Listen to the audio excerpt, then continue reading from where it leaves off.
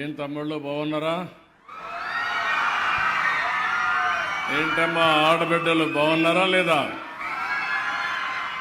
మీ అందరికంటే హుషారుగా ఉన్నారు మా పిల్లలు. నేను చాలా మీటింగులు చూశాను, కానీ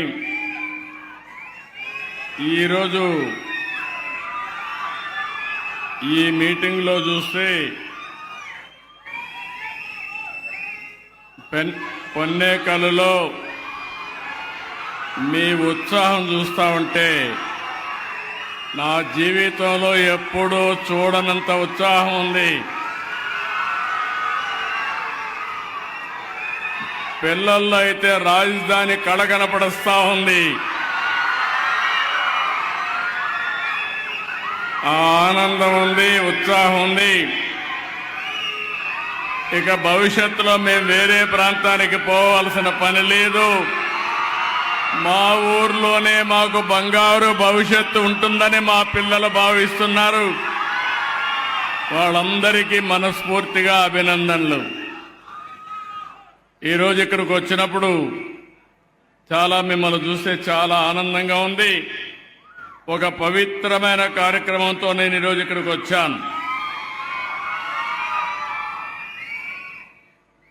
డాక్టర్ బిఆర్ అంబేద్కర్ జయంతి, ఒక మహనీయుడు పుట్టిన రోజు.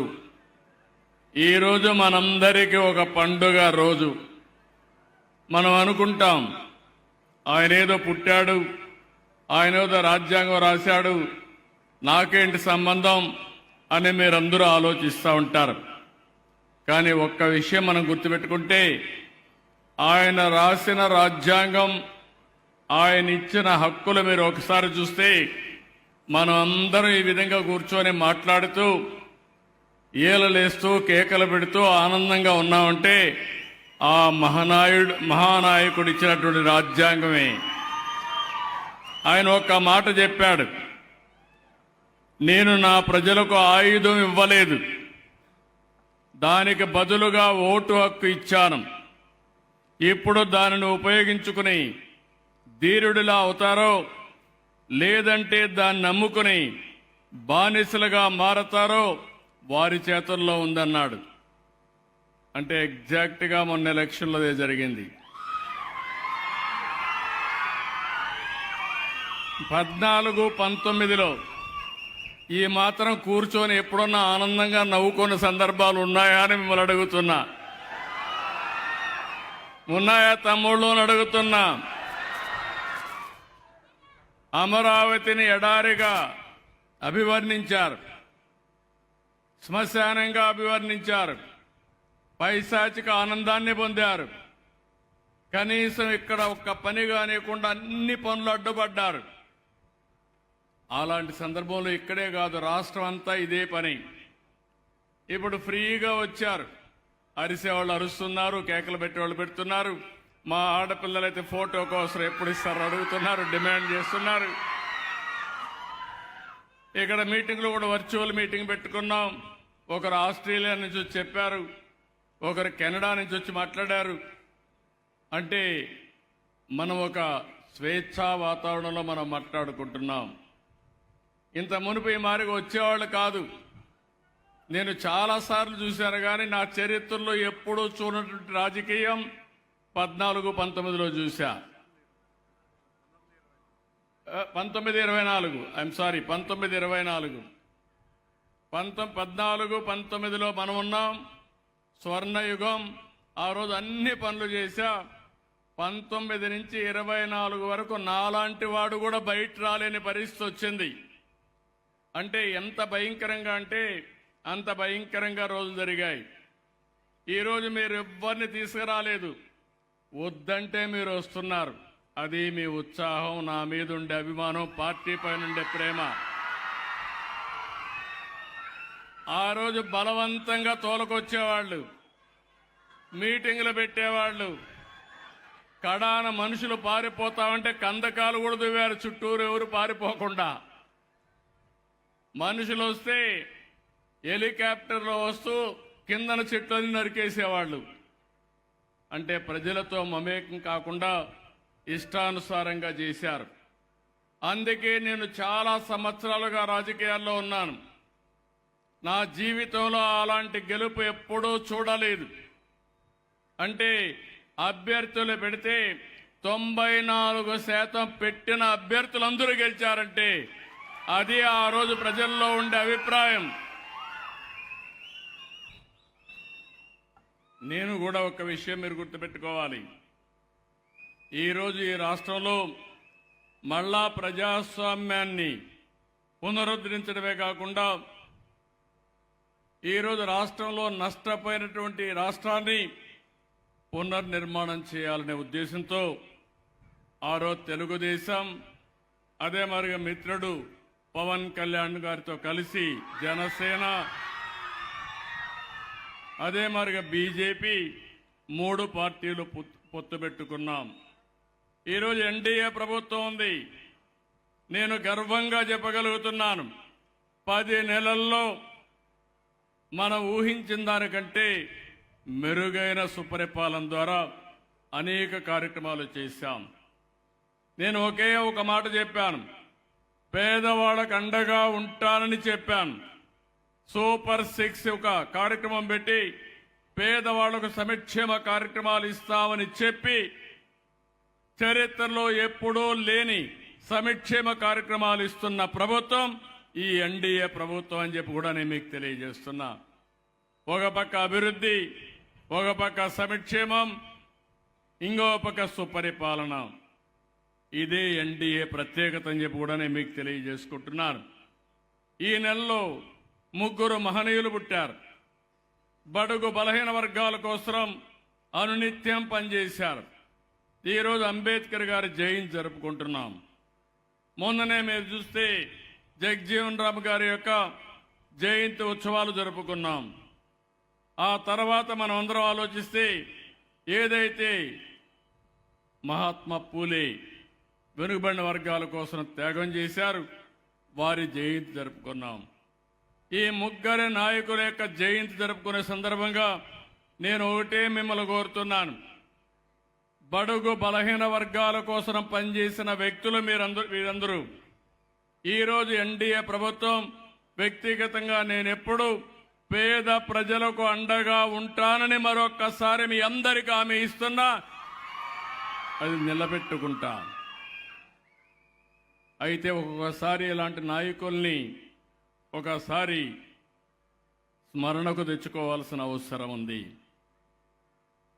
ఈరోజు డాక్టర్ బాబా సాహెబ్ అంబేద్కర్ అయితే 1891 ఏప్రిల్ 14న మహారాష్ట్ర మౌబీ జిల్లాలో మహో గ్రామంలో పుట్టారు. ఆయన అసలు పేరు భీమ్రావ్ రాంజీ అంబేద్కర్. అందరి మారిగా ఈ రోజుట్లోనే చాలా సమస్యలు ఉన్నాయి. ఆ రోజుట్లో ఒకసారి గతాన్ని ఆలోచించండి.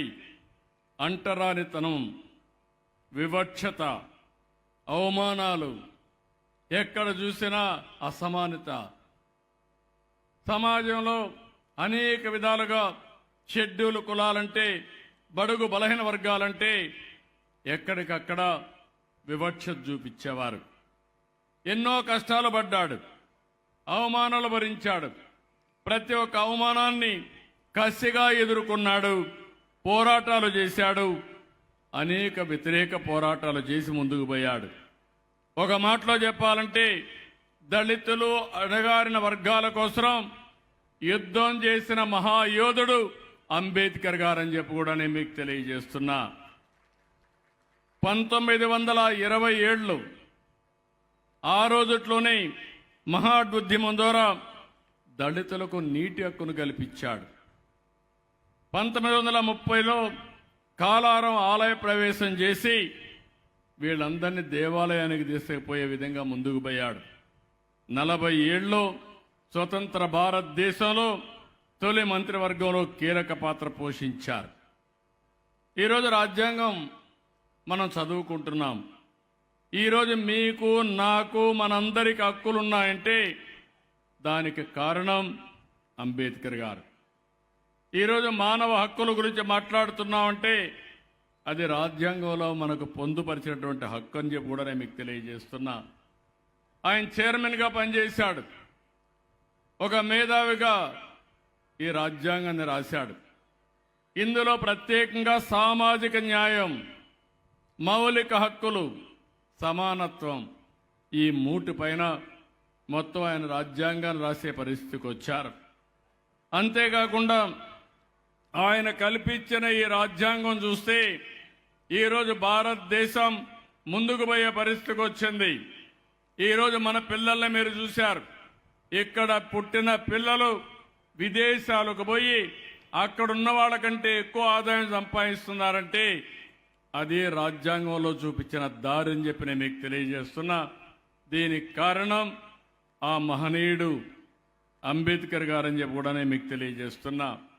రాజ్యాంగం ఒక పేపర్ కాదు, ఒక పుస్తకం కాదు, మనందరికీ ఇది ఒక పవిత్రమైన గ్రంథం అని చెప్పి కూడా నేను మీకు తెలియజేస్తున్నా. ప్రపంచంలోనే అతిపెద్ద రాజ్యాంగం, అతిపెద్ద ప్రజాస్వామ్యం. ఈ ప్రజాస్వామ్యానికి దశ దిశ నిర్దేశించిన వ్యక్తి అంబేద్కర్ గారు. ఆయన ఏ ఒక్కరి వ్యక్తి కాదు, ఏ వర్గానికో ప్రతినిధి కాదు. ఆయన అందరి వాడు, మనందరి ఆస్తి, దేశ సంపద అని చెప్పి కూడా నేను మీకు తెలియజేస్తున్నా. ఎప్పుడు కూడా తెలుగుదేశం పార్టీకి, మన నాయకుడు ఎన్టీ రామారావు గారికి అంబేద్కర్ గారంటే అమితమైన గౌరవం. అందుకే మీరందరూ ఒకసారి చూస్తే నేషనల్ ఫ్రంట్లో ఎన్టీ రామారావు గారు కన్వీనర్గా ఉండి, చైర్మన్గా ఉండి, విపి సింగ్ ప్రధానమంత్రిగా ఉన్నప్పుడు 1990లో భారతరత్న ఇచ్చిన ఘనత ఆనాటి నేషనల్ ఫ్రంట్ గవర్నమెంట్కి దక్కింది. ఆయన్ని గుర్తించిన ఘనత ఎన్టీ రామారావు గారిది. అదే మరి ఎప్పుడు కూడా తెలుగుదేశం పార్టీ దళితులకు అండగా ఉంటుంది, గుర్తింపిచ్చిన పార్టీ. తొలిసారి లోకసభలో జిఎంసి బాలయోగిని స్పీకర్గా చేసిన పార్టీ తెలుగుదేశం పార్టీ. అదే మరి అసెంబ్లీలో ప్రతిభా భారతిని తొలిసారి స్పీకర్గా చేసిన పార్టీ తెలుగుదేశం పార్టీ. రాష్ట్రపతిగా కేఆర్ నారాయణ గారికి మద్దతు ఇచ్చాం. అలాంటి మంచి వ్యక్తిని తీసుకొచ్చి ఆ రోజు ముందుకు తీసుకుపోయిన పార్టీ తెలుగుదేశం పార్టీ అని చెప్పి కూడా నేను మీకు తెలియజేస్తున్నా. ఈరోజు మనందరం కూర్చొని మాట్లాడుతున్నాం. నేను ఇప్పుడే అంబేద్కర్ గారి స్టాచ్యూకు నివాళులర్పించి నేరుగా ఒక దళిత కుటుంబం దగ్గరికి వెళ్ళాను. ఆ కుటుంబంలో కూర్చొని నేను మాట్లాడాను. ఆ కుటుంబంలో మీరు చూస్తే తల్లిదండ్రులకు 3 పిల్లలు.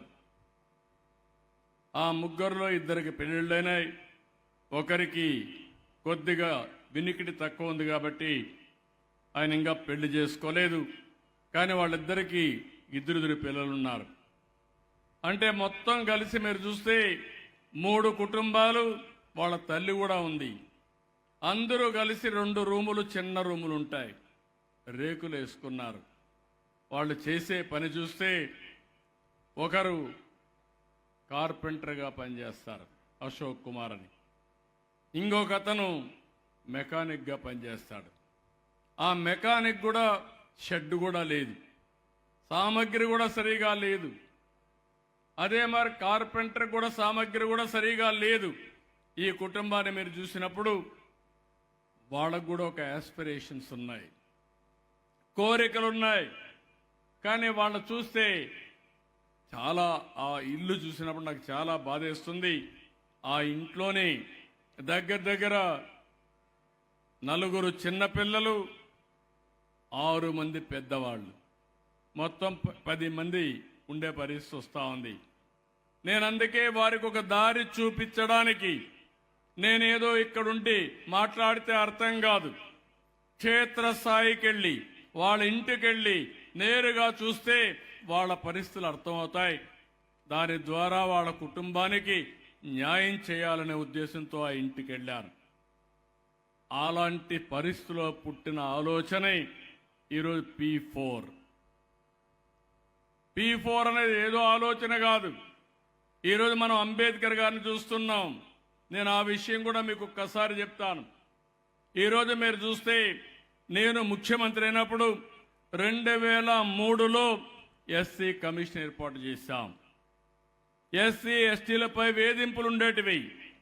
ఆ రోజుట్లో మీరు చూస్తే 2 గ్లాసుల సిద్ధాంతం, టీ బంకుకు పోతే ఎస్సీలకు వేరే గ్లాసు పెట్టేవాళ్ళు. ఆ గ్లాసు వాళ్లే కడుక్కోవాలి, ఆ గ్లాసులోనే టీ తాగాలి. ఇంకో పక్క దేవాలయాల్లో ప్రవేశం లేదు కొన్ని ప్రాంతాల్లో. ఇంకో పక్కన ఎక్కడ చూసినా ఒక బోర్ ఉంటే ఆ బోర్లో నీళ్లు కూడా ఎస్సీలు తీసుకోవడానికి వీలు లేదు. ఊర్లోకి వస్తే చెప్పులేసుకొని నడవడానికి వీలు లేదు. అప్పుడు నేను ఆలోచించి జస్టిస్ పున్నయ్య కమిషన్ వేశాను. ఆయన రికమెండేషన్లు ఇచ్చాడు, ఒక 2000 పేజీల రికమెండేషన్లు ఇచ్చాడు. అందులో 23 జీవోలు ఇచ్చాను, 2 మెమోలు ఇచ్చాను. నేను ఒకటే చెప్పాను, మనుషుల్ని మనుషులుగా గౌరవించాలి. ఇది అంబేద్కర్ గారు రాసిన రాజ్యాంగం. దీని ప్రకారం వీళ్ళకు న్యాయం చేయాలి. ఈ రోజటి నుంచి ఏ ఊర్లో కూడా వివక్షత చూపిస్తే వాళ్ళ మీద చర్యలు తీసుకుంటానని చెప్పి చర్యలు తీసుకుని ఏ గ్రామంలో కూడా వివక్షత లేకుండా చేశామంటే అది తెలుగుదేశం పార్టీ చూపించిన దారిని మరొకసారి మీ అందరికీ విజ్ఞప్తి చేస్తున్నా. ప్రతి నెల మీటింగులు పెట్టాం, గ్రామాల్లో అధికార యంత్రాంగాన్ని పంపించాం, ఎస్ఐని పంపించాం, తహసీల్దార్ని పంపించాం, కలెక్టర్ని వెళ్ళమన్నాను. ఎక్కడ కూడా దాడులు చేయడానికి వీలు లేదు. దళితుల హక్కులు కాపాడమని ఆదేశాలు ఇచ్చాను. అలాంటి చేసిన తర్వాత ఈరోజు నాకు ఎక్కడా కంప్లైంటే రావడం లేదు. ఈరోజు నేను కూడా ఎస్సీ కుటుంబంలో కూర్చొని వాళ్ళు చేసిన పలహారం తీసుకొని వచ్చినప్పుడు ప్రతి ఒక్కరికి ఇది ఒక మెసేజ్. ఎందుకు చెప్తున్నానంటే మనలో కూడా మానవత్వం ఉండాలి. మనుషులందరూ సమానమే.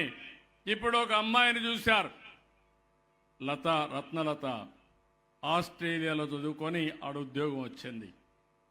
ఆ అమ్మాయిని చూస్తే అందరి పిల్లలతో సమానంగా ముందుకు పోయింది. ఇంకో పక్క అనిల్ని చూశారు, కెనడాలో ఉద్యోగం చేస్తున్నాడు, 70 లక్షల రూపాయలు 60-70 లక్షలు సంపాదిస్తున్నాడు. ఇప్పుడు అతన్ని అక్కడ ఎస్సీగా ఎవరు చూడరు. ఇక్కడ అనాగరిక ప్రపంచంలో ఒకప్పుడు ఇవన్నీ ఉన్నాయి, అవన్నీ రూపుమాపాం. ఇంకో పక్క ఒక్క విషయం మీరు గుర్తుపెట్టుకోవాలి. ఇప్పుడే మా మంత్రి గారు చెప్పారు, మొన్న ఇంటర్మీడియట్ రిజల్ట్స్ వస్తే 94% రిజల్ట్స్ వచ్చింది సోషల్ వెల్ఫేర్ హాస్టల్స్ నుంచి, రెసిడెన్షియల్ స్కూల్స్ నుంచి. అంటే దీని ఉద్దేశం ఏంటి? ఎస్సీ పిల్లల్లో తెలివితేటలు ఉన్నాయా లేదా అని మిమ్మల్ని అడుగుతున్నా. ఇలాంటి పిల్లల్ని చదివించాలని నిర్ణయం చేసింది ఎన్టీ రామారావు గారు చేశారు. రెసిడెన్షియల్ స్కూల్స్ పెట్టారు. వీళ్ళు మట్టిలో మాణిక్యాలు. ఈ పిల్లల్ని బాగా చదివిస్తే ప్రపంచాన్ని శాసిస్తారనే ఉద్దేశంతో రెసిడెన్షియల్ స్కూల్స్ పెట్టారు. నేను కూడా ఆలోచిస్తున్నా, అనేక ప్రయత్నాలు చేశా. మళ్లీ మీ అందరికి హామీ ఇస్తున్నాను, భవిష్యత్తులో ఎస్సీ పిల్లలందరూ చదువుకునేట్టుగా రెసిడెన్షియల్ స్కూల్స్ పెట్టి వాళ్ళ జీవితాలను మార్చే పరిస్థితి తెలుగుదేశం ప్రభుత్వం తీసుకుంటాం, ఎన్డీఏ ప్రభుత్వం తీసుకుంటాం. ఒక్కసారి ఆ ఇద్దరి పిల్లలను చూశారు. ఆ ఇద్దరి పిల్లలకి చదివించాం. సరైన సమయంలో నేను ఒక 10 లక్షలు ఇచ్చాను. రత్నలత తండ్రి ఇక్కడ ఎంత ఆనందం పడ్డాడంటే భావోద్వేగం చూశారు మీరు. నా కూతుర్ని చదివించలేకపోయాను, సరైన సమయంలో మీరు 10 లక్షలు ఇచ్చారు, ఆపద్ బాంధవుడిగా మార్గదర్శకుడిగా ఆదుకున్నారు. ఇప్పుడు నా కూతురు జీవితం బాగుపడింది, ఆ అమ్మాయి నన్ను చూసుకుంటుందని కళ్ళ నీళ్లు పెట్టుకున్నాడు. ఆనంద బాష్పాలుగా వచ్చాయి. అది చూసినప్పుడు నా జీవితం చరితార్థం అనుకుంటున్నా, ఆనందపడుతున్నా. ఇలాంటి పనులు చేసినప్పుడు ఉండే తృప్తి సమాజంలో దేని మీద రాదని కూడా మీ అందరికీ తెలియజేస్తున్నా. అందుకనే ఈరోజు ఇంకొక పక్కన దగ్గర దగ్గర మీరు చూస్తే 8 లక్షల ఎకరాలు భూమిని కొనుగోలు చేసి దళితులకు పంచిన పార్టీ తెలుగుదేశం పార్టీ. ఎస్సీ పిల్లలకు ఎస్టీ పిల్లలకు స్టడీ సర్కిల్ పెట్టి పిల్లల్ని చదివించాం. సివిల్స్ లో కానీ గ్రూప్ 1 సర్వీసులో బాగా చదివించాం. 2002లోనే ముందడుగు కార్యక్రమం పెట్టి ముందుకు తీసుకుపోయాం. ఇప్పుడు మీరు చూశారు అంబేద్కర్ ఓవర్సీస్ విద్యానిధి.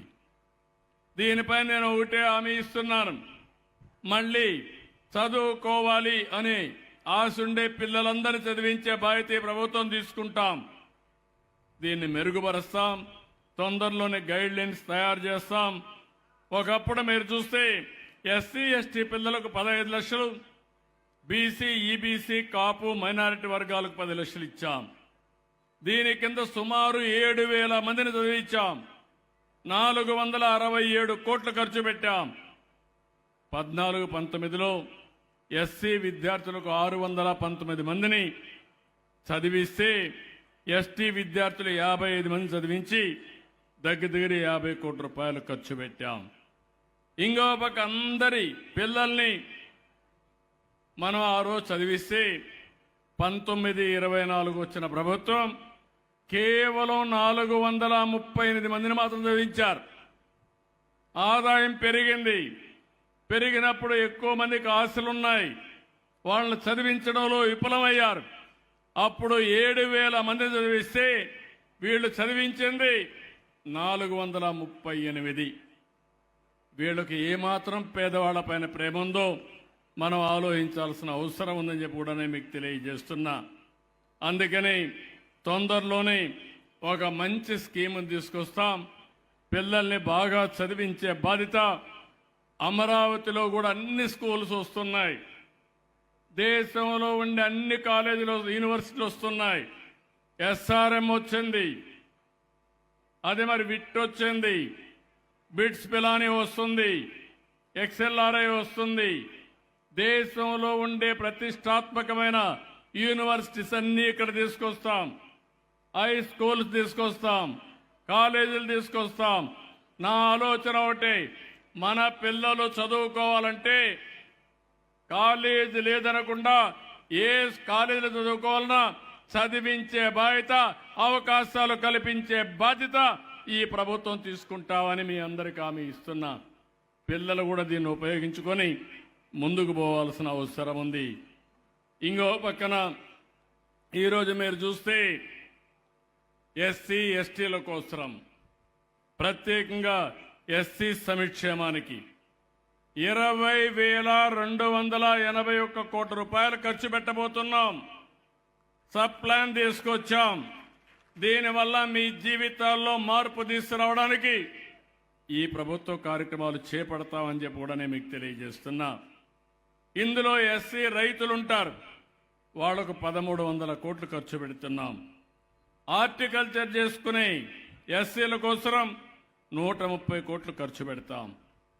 ఇండ్లు కట్టుకోవడానికి 1,253 కోట్లు ఖర్చు పెడతాం. అదే మరిగా గ్రామాల్లో అభివృద్ధికి ఒక 1,200 కోట్లు ఖర్చు పెడతాం. జల్ జీవన్ మిషన్లో 478 కోట్లు ఖర్చు పెడతాం. ఎవరైతే 1,241 ఎస్సీ సంక్షేమ హాస్టల్లో రెసిడెన్షియల్ స్కూల్స్ చదువుకుంటున్నారో దగ్గర 2,35,600 మంది ఉన్నారు. వారికి 1,331 కోట్లు ఖర్చు పెడుతున్నాం. వీళ్ళందరికీ హామీ ఇస్తున్నా, తొందరలోనే వీళ్ళని తొందరలో రెసిడెన్షియల్ స్కూల్స్లో ఎస్సీ పిల్లలను చదువుకునే విధంగా మెరుగైన భోజనమే కాకుండా నాణ్యమైన విద్య ఇచ్చే పరిస్థితి తీసుకొస్తామని కూడా నేను మీకు తెలియజేస్తున్నా. ఇంకొక పక్కన నేను ఒక ఎకనామిక్ కార్యక్రమానికి కూడా నాంది పలికాను. అది కూడా ఇప్పుడే నేను మాట్లాడతాను. ఏం చేయబోతాం కూడా చెప్తాం. ప్రభుత్వం సబ్సిడీ ఇస్తాం, లబ్ధిదారుని ఎంపిక చేస్తాం, మీ ఆదాయాన్ని పెంచే కార్యక్రమం తీసుకొస్తాను. దీనికి తోడుగా P4 కూడా తీసుకొస్తామని చెప్పి కూడా నేను మీకు తెలియజేస్తున్నా. ఇప్పటికే మీరు చూస్తే 21 లక్షల పేద ఎస్సీ ఎస్టీ కుటుంబాలున్నాయి. వీళ్ళందరి కోసం 200 యూనిట్లు కరెంటు ఉచితంగా ఇస్తున్నాం. ఇప్పుడు కొత్తగా ఒక స్కీమ్ తీసుకొచ్చాను. మీ ఇంటి పైన సోలార్ ప్యానెల్స్ పెట్టి కరెంటు ఉత్పత్తి చేసి మీరు వాడుకునే 200 యూనిట్లు వాడుకొని మిగిలిన కరెంటు డిపార్ట్మెంట్కి ఇస్తే యూనిట్కి ₹2.09 మీకు డబ్బులు కూడా ఇస్తాం. దీనివల్ల మీ ఆదాయం పెరుగుతుంది. నెలకు కానీ మీరు 100 యూనిట్లు ఇస్తే ₹210 ప్రతి నెల మీ అకౌంట్లోకి డబ్బులు వచ్చే పరిస్థితి వస్తుంది. దీనివల్ల కూడా మీకు ఒక వెసులుబాటు వస్తుంది. సంవత్సరానికి 2,500 నుంచి ₹3,000 అదనపు ఆదాయం వస్తుందని చెప్పి కూడా నేను మీకు తెలియజేస్తున్నా. ఎస్సీ ఎస్టీ కుటుంబాలు ఇల్లు కట్టుకోవాలంటే ₹50,000 అదనంగా డబ్బులు ఇస్తామని చెప్పి కూడా నేను మీకు తెలియజేస్తున్నా. దీనికి కూడా 782 కోట్లు అవుతుంది. ఇంకో పక్కన మీరు ఒకసారి చూస్తే స్కిల్ డెవలప్మెంట్ కూడా ఇప్పుడు నేనే చూశాను. నేను చూస్తే చాలా బాధ కలిగింది. ఎప్పుడో పాత రోజుల పనిముట్లు వాడుతున్నారు. దాన్ని కొట్టి కొట్టి సరిగా పనిచేయకుండా ఎనర్జీ కూడా పోయే పరిస్థితి వస్తుంది. ఇప్పుడు ఆధునికమైన పనిముట్లు వచ్చాయి.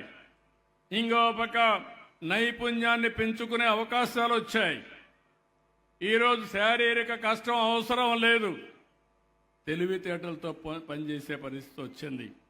అలాంటి పనులు వచ్చినప్పుడు వారిలో కూడా చైతన్యం తేవడం, వారికి కావలసిన విధంగా అండగా నిలబడవలసిన బాధ్యత మనందరిపైన ఉంది.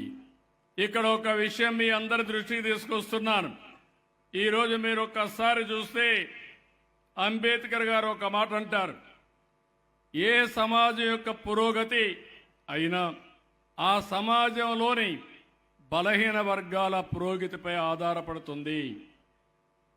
అంటే ఈరోజు ఈ ఊరుంది, ఒక 10 మంది విదేశాల్లో ఉన్నారు, కొంతమంది గుంటూరులో ఉన్నారు, కొంతమంది ఈ ఊర్లో కూడా భూములు పెట్టుకొని ₹10 సంపాదించారు. కొంతమంది ఎస్సీ కుటుంబాల్లో, బీసీ కుటుంబాల్లో, అగ్రవర్ణాల్లో తినడానికి తిండి లేకుండా పిల్లల్ని చదివించుకోలేక అవస్థపడే పరిస్థితికి వచ్చారు. అలాంటి బలహీన వర్గాల పురోగతి లేని సమాజం పురోగతి సాధించినట్టు కాదు. అదే అంబేద్కర్ గారు ఇచ్చిన స్ఫూర్తి. ఇంకొక మాట అన్నాడు ఆయన, ఈ విషయం కూడా మీరు గుర్తుపెట్టుకోవాలి.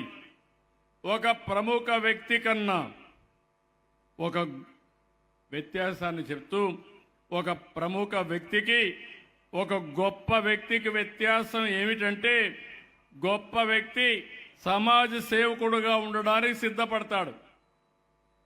అందరూ ఇక్కడ విఐపీలే. ఈరోజు ఇక్కడ మార్గదర్శులు ఉన్నారు, చాలా మంది వచ్చారు, వారిని అభినందిస్తున్నా. మిమ్మల్ని ప్రముఖ వ్యక్తులుగా నేను గుర్తిస్తున్నా, సమాజంలో మిమ్మల్ని గుర్తిస్తున్నారు. కానీ మీరు గొప్ప వ్యక్తి కావాలంటే ఇలాంటి పేదవాళ్ళకు అండగా నిలబడి వారిని పైకి తీసుకురాగలిగితే అప్పుడే మీరు గొప్ప వ్యక్తులుగా తయారవుతారు. ఈ విషయం మీరు గుర్తుపెట్టుకోవాలి. అందుకే ఈరోజు నేను ఒక పిలిపిస్తే చాలా మంది ముందుకు వచ్చారు. ఈరోజు నేను ఒక మాట ఇచ్చాను, మీరు ఒక విషయం గుర్తుపెట్టుకోవాలి. ఎన్నో సంవత్సరాలుగా మనం మాట్లాడాం, పేదరికం పోవాలి. మా నాయకుడు ఎన్టీ రామారావు గారి కళ సమాజమే దేవాలయం, పేదవాళ్లే దేవుళ్ళని చెప్పిన వ్యక్తి. అలాంటి సిద్ధాంతానికి కట్టుబడిన వ్యక్తి నందమూరి తారక రామారావు గారని చెప్పి నేను మీకు తెలియజేస్తున్నా. అలాంటి మహానుభావుడు చూపించిన స్ఫూర్తితో ఈ పార్టీ ముందుకెళ్తా ఉంది. అయితే నేను చాలా ప్రయత్నాలు చేశాను. 91లో ఆర్థిక సంస్కరణలు వచ్చాయి. అంతవరకు సంపద మనం సృష్టించలేదు. అరాకొర ఆదాయం, ఏ పని చేయాలన్నా చేయలేని చట్టాలు. ఎప్పుడైతే ఆర్థిక సంస్కరణలు వచ్చాయో, ఆర్థిక సంస్కరణల ద్వారా అభివృద్ధి సాధ్యమైంది. అదే సమయంలో 94, 95లో ఇన్ఫర్మేషన్ టెక్నాలజీ వచ్చింది. నేను ఆ రోజు మాట్లాడితే అందరూ నెగతాళి చేశారు. నేను హైటెక్ సిటీ కట్టాను. అదే మరి టెలిఫోన్స్ అందరికీ రావాలని ఒక రిఫార్మ్ కింద అంత మునుపు అందుబాటులో లేని సెల్ ఫోన్లు అందుబాటులో తేవడానికి పాలసీ తీసుకొచ్చాం. దానివల్ల ఈరోజు అందరి దగ్గర ఫోన్లు ఉన్నాయి. ఫోన్లు ఉండడమే కాదు, టెక్నాలజీలో ప్రపంచంలోనే మన వాళ్ళు నెంబర్ 1గా తయారయ్యి ఇప్పుడు ఇద్దరు ఎవరైతే చెప్పారు ఈ విధంగా ఏ దేశానికి పోయినా ఆ దేశంలో ఎక్కువ ఆదాయం వచ్చేవాళ్ళు ఎవరంటే దానికి చిరునామాగా భారతీయులు, ఇండియన్స్. అందులో అగ్రస్థానంలో నా తెలుగు జాతి ఉండడం నాకు గర్వ కారణం అని చెప్పి నేను మీకు మరొకసారి తెలియజేస్తున్నా. నేను అందుకే ఒక విజన్ తయారు చేశాను. 2047 స్వర్ణాంధ్రప్రదేశ్లో ప్రపంచంలోనే ఏ దేశానికి పోయినా ఎక్కువ ఆదాయం సంపాదించే జాతి, ఎక్కువ ఇన్ఫ్లుయెన్స్ ఉండే జాతి ఏదంటే దానికి చిరునామాగా తెలుగువారు ఉంటారని చెప్పి కూడా నేను మీకు తెలియజేస్తున్నా. ఇప్పుడు చరిత్రలో మనం మాట్లాడుతూ ఉంటాం, ఎవరు బాగా పనిచేస్తారంటే జూయిష్ అని చెప్పుకుంటాం. వాళ్ళు ఒక సిటీలో 2 కుటుంబాలే ఉంటారు. ఆ ఊర్లో వాళ్ళకి ఎక్కడ లేని గౌరవం ఉంటుంది. ఎందుకంటే డబ్బులు సంపాదించడం వాళ్ళకు పెట్టిన విద్య. ఈరోజు వాళ్ళని రీప్లేస్ చేసే ప్లేస్లో మనం వచ్చాం. వారికంటే ముందున్నాం, కానీ వాళ్ళు చాలా రోజుల నుంచి ఉన్నారు కాబట్టి ఇంకా వాళ్ళ దగ్గర సంపాదించిన డబ్బులు ఉన్నాయి. కొన్ని రోజుల్లో వాళ్ళని కూడా అధిగమిస్తాం. అలాంటి సంపద సృష్టించే సృష్టికర్తలు తెలుగు జాతిగా ఉంటారు. రెండోది గుర్తుపెట్టుకోవాలి, మీరందరూ ఇదే విధంగా సహకరిస్తే 2047కి భారతదేశంలో నెంబర్ 1 ప్లేస్ ఎవరిదంటే ఈ తెలుగు రాష్ట్రమైన ఆంధ్రప్రదేశ్దే ఉంటుంది. దీనికి కూడా చాలా స్పష్టంగా మైల్ స్టోన్స్ తయారు చేసుకున్నా. అయితే ఇంకొక విషయం కూడా మీరు గుర్తుపెట్టుకోవాలి, నేను అనునిత్యం ఆలోచించేది, నేను కష్టపడేది అందరూ బాగుండాలి. నేను అందరి వాడిని, ఏ ఒక్కరి కోసం నేను మాట్లాడడం లేదు. ఈ రాష్ట్రం కోసం మాట్లాడుతున్నా, 5 కోట్ల ప్రజల కోసం మాట్లాడుతున్నా. ఒక కన్న తండ్రి తన పిల్లల్లో ఎవరైనా బలహీనుడుంటే లేకపోతే దివ్యాంగుడుంటే ప్రత్యేకమైన శ్రద్ధ పెడతాడు. అదే సందర్భంలో నేను కూడా ఆలోచించేది ఒకటే, అందరికీ న్యాయం జరగాలి, బడుగు బలహీన వర్గాలకు అండగా ఉండాలి, వాళ్ళని కూడా సమాజంలో పైకి తీసుకురావాలి. అందరితో సమానంగా సమాన అవకాశాలు వారికి కూడా వచ్చే విధంగా చేయగలిగితే అదే నిజమైన ప్రజాస్వామ్యం, అదే నిజమైన ప్రజాసేవను కూడా మీకు తెలియజేస్తున్నా. అందుకే ఆ ఆలోచనలో పుట్టిన ఆలోచనే ఈరోజు మార్గదర్శి బంగారు కుటుంబం.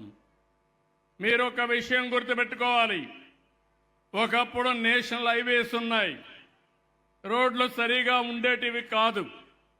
ఒకప్పుడు టెలిఫోన్ సరిగా వచ్చేది కాదు. ఒకప్పుడు కరెంటు సరిగా వచ్చేది కాదు. ఒకప్పుడు చదువుకోవాలంటే స్కూల్స్ లేవు. కానీ ఈరోజు ఏ విధంగా వచ్చాయంటే ప్రభుత్వం ప్రైవేట్ భాగస్వాములో వచ్చాయి. ఒకప్పుడు ఇండస్ట్రీ పెట్టాలంటే లైసెన్స్ రాజ్యం ఉండేది, ప్రభుత్వం అనుమతిస్తేనే ఇండస్ట్రీ పెట్టే పరిస్థితి. ఇప్పుడు తెలివితేటలుంటే ఎవరైనా పెట్టుకోవచ్చు. అందుకే ఈరోజు పబ్లిక్ ప్రైవేట్ పార్ట్నర్షిప్లో చాలా మంది పైకి వచ్చారు. అనతి కాలంలో తెలివితేటలతో దూసుకెళ్తున్నారు. సంపాదన వచ్చింది, సంపద పెరిగింది, ఆదాయాలు పెరిగాయి. కానీ ఆర్థిక అసమానతలు కూడా పెరుగుతున్నాయి. ఒక పక్క డేటా సెంటర్ పెట్టి మిత్రుడు ఒక 2000 మందికి ఉద్యోగాలు ఇస్తే ఇంకొక పక్క ఒక ఎస్సీ కుటుంబం ఇంకా ఇబ్బందులతో ఉండే పరిస్థితి వచ్చింది. నా పక్కన కూర్చున్న ఆడబిడ్డను అడిగాను, ఒక ఎస్సీ కుటుంబం డిగ్రీ చేసింది, ఒకే ఇంట్లో 3 కుటుంబాలు ఉంటున్నారు. డిగ్రీ చేసి చదువుకొని కంప్యూటర్ డేటా ఎంట్రీ కూడా బాగా చేయగలుగుతుంది. అలాంటప్పుడు ఎందుకు మీరు కష్టపడుతున్నారు అడిగితే ఆ అమ్మాయి చెప్పింది, మాకు వేరే ఆదరణ లేదు, ఉద్యోగాలు లేవు, అవకాశాలు లేవనే పరిస్థితికి వచ్చింది. వాళ్ళ పిల్లలు కూడా ఇద్దరుంటే, ఒకరిని 3వ తరగతి ఉంటే గవర్నమెంట్ స్కూల్లో, ఇద్దరిని గవర్నమెంట్ స్కూల్లోనే పెట్టింది. ఈరోజు నేను చేసే పని మీరు గుర్తుపెట్టుకోవాలి. ప్రభుత్వం అనేది అన్నీ చేస్తాం. ఎక్కడికక్కడ మీకు చేయవలసిన పనులన్నీ చేసి ఆ తర్వాత ఈరోజు నేను ఆలోచించేది ప్రైవేట్ భాగస్వామ్యంతో మీ జీవితాలు మార్చాలని. ఈ ఊరికి వచ్చాను. 1925 ఇండ్లున్నాయి. ఈ ఇండ్లు అందరికీ ఉన్నాయని ఇచ్చారు, కానీ కొంతమందికి ఇండ్లున్నాయి కానీ అవన్నీ కూడా నివాస యోగ్యము కాని ఇండ్లున్నాయి. వాళ్ళందరికీ ఇండ్లు కట్టించాల్సిన బాధ్యత ఉంది. దగ్గర దగ్గర 1625 ఇండ్లలో టాయిలెట్లున్నాయి, మరుగుదొడ్లున్నాయి, 300 లేవు. నేను కలెక్టర్కి ఆదేశాలు ఇస్తున్నా, విత్-ఇన్ డేస్ 3 నెలల 6 నెలల పెట్టుకొని అందరికీ మరుగుదొడ్లు కట్టి మరుగుదొడ్లు వాడకంలో తెచ్చే బాధ్యత గ్రామ సచివాలయంది, ఇక్కడుండే స్థానిక సమస్యలది, కలెక్టర్ది అని చెప్పి కూడా నేను మీకు తెలియజేస్తున్నా. ట్యాప్ వాటర్ ఉంది.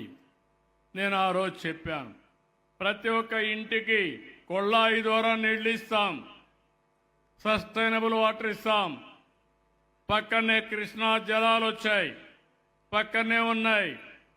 ఎక్కడైతే ప్రకాశం బ్యారేజ్లో నీళ్లున్నాయి, మీ ఊరికి వస్తే తాగడానికి నీళ్లు లేని పరిస్థితి. ఈ నీళ్లు ఇవ్వడానికి ప్రత్యేకమైన వాటర్ స్కీమ్ తీసుకొస్తాం. అన్ని ఇండ్లకు నీళ్లు ఇచ్చే బాధ్యత నేను తీసుకుంటా. దాంట్లో ఏమాత్రం అనుమానం లేదు. ఇంకో పక్కన 1101 ఇంట్లో కరెంటు ఉంది. 24 మందికి కరెంటు లేదు. కరెంటు కూడా మీరు పెట్టుకోవాలి. ఆ 24 మందికి ఇమీడియట్గా ఇమ్మంటాను. ఇంకో పక్క ఎస్సీలకు ఎస్టీలకు మొత్తం 2 కిలోవాట్లు 240 యూనిట్లు ఉత్పత్తి చేయడానికి ఇమ్మీడియట్గా సోలార్ ప్యానల్స్ పెట్టిస్తాం. మీరు డే టైం కానీ కరెంట్ వస్తే గ్రిడ్కి ఇవ్వండి, మళ్ళా రాత్రి మీరు వాడుకోండి. ఒకవేళ మీరు ఉత్పత్తి చేసిన కరెంట్ ఎక్కువ ఉండి వాడుకున్న కరెంట్ తక్కువైతే మీకు డబ్బులు ఇచ్చే మార్గం చూపిస్తా. బీసీలు ఉన్నారు, మీకు ప్రత్యేకంగా 78,000 రూపాయలు 3 కిలోవాట్ల వరకు కరెంటు సబ్సిడీ ఇస్తాం. ఇంకొక 20,000 అంటే 98,000 రూపాయలు సబ్సిడీ ఇస్తాం. మీరు కరెంటు ఉత్పత్తి చేసుకుంటే రేపు రాబోయే రోజుల్లో కరెంటు ఛార్జీలు కట్టే పరిస్థితి లేదు.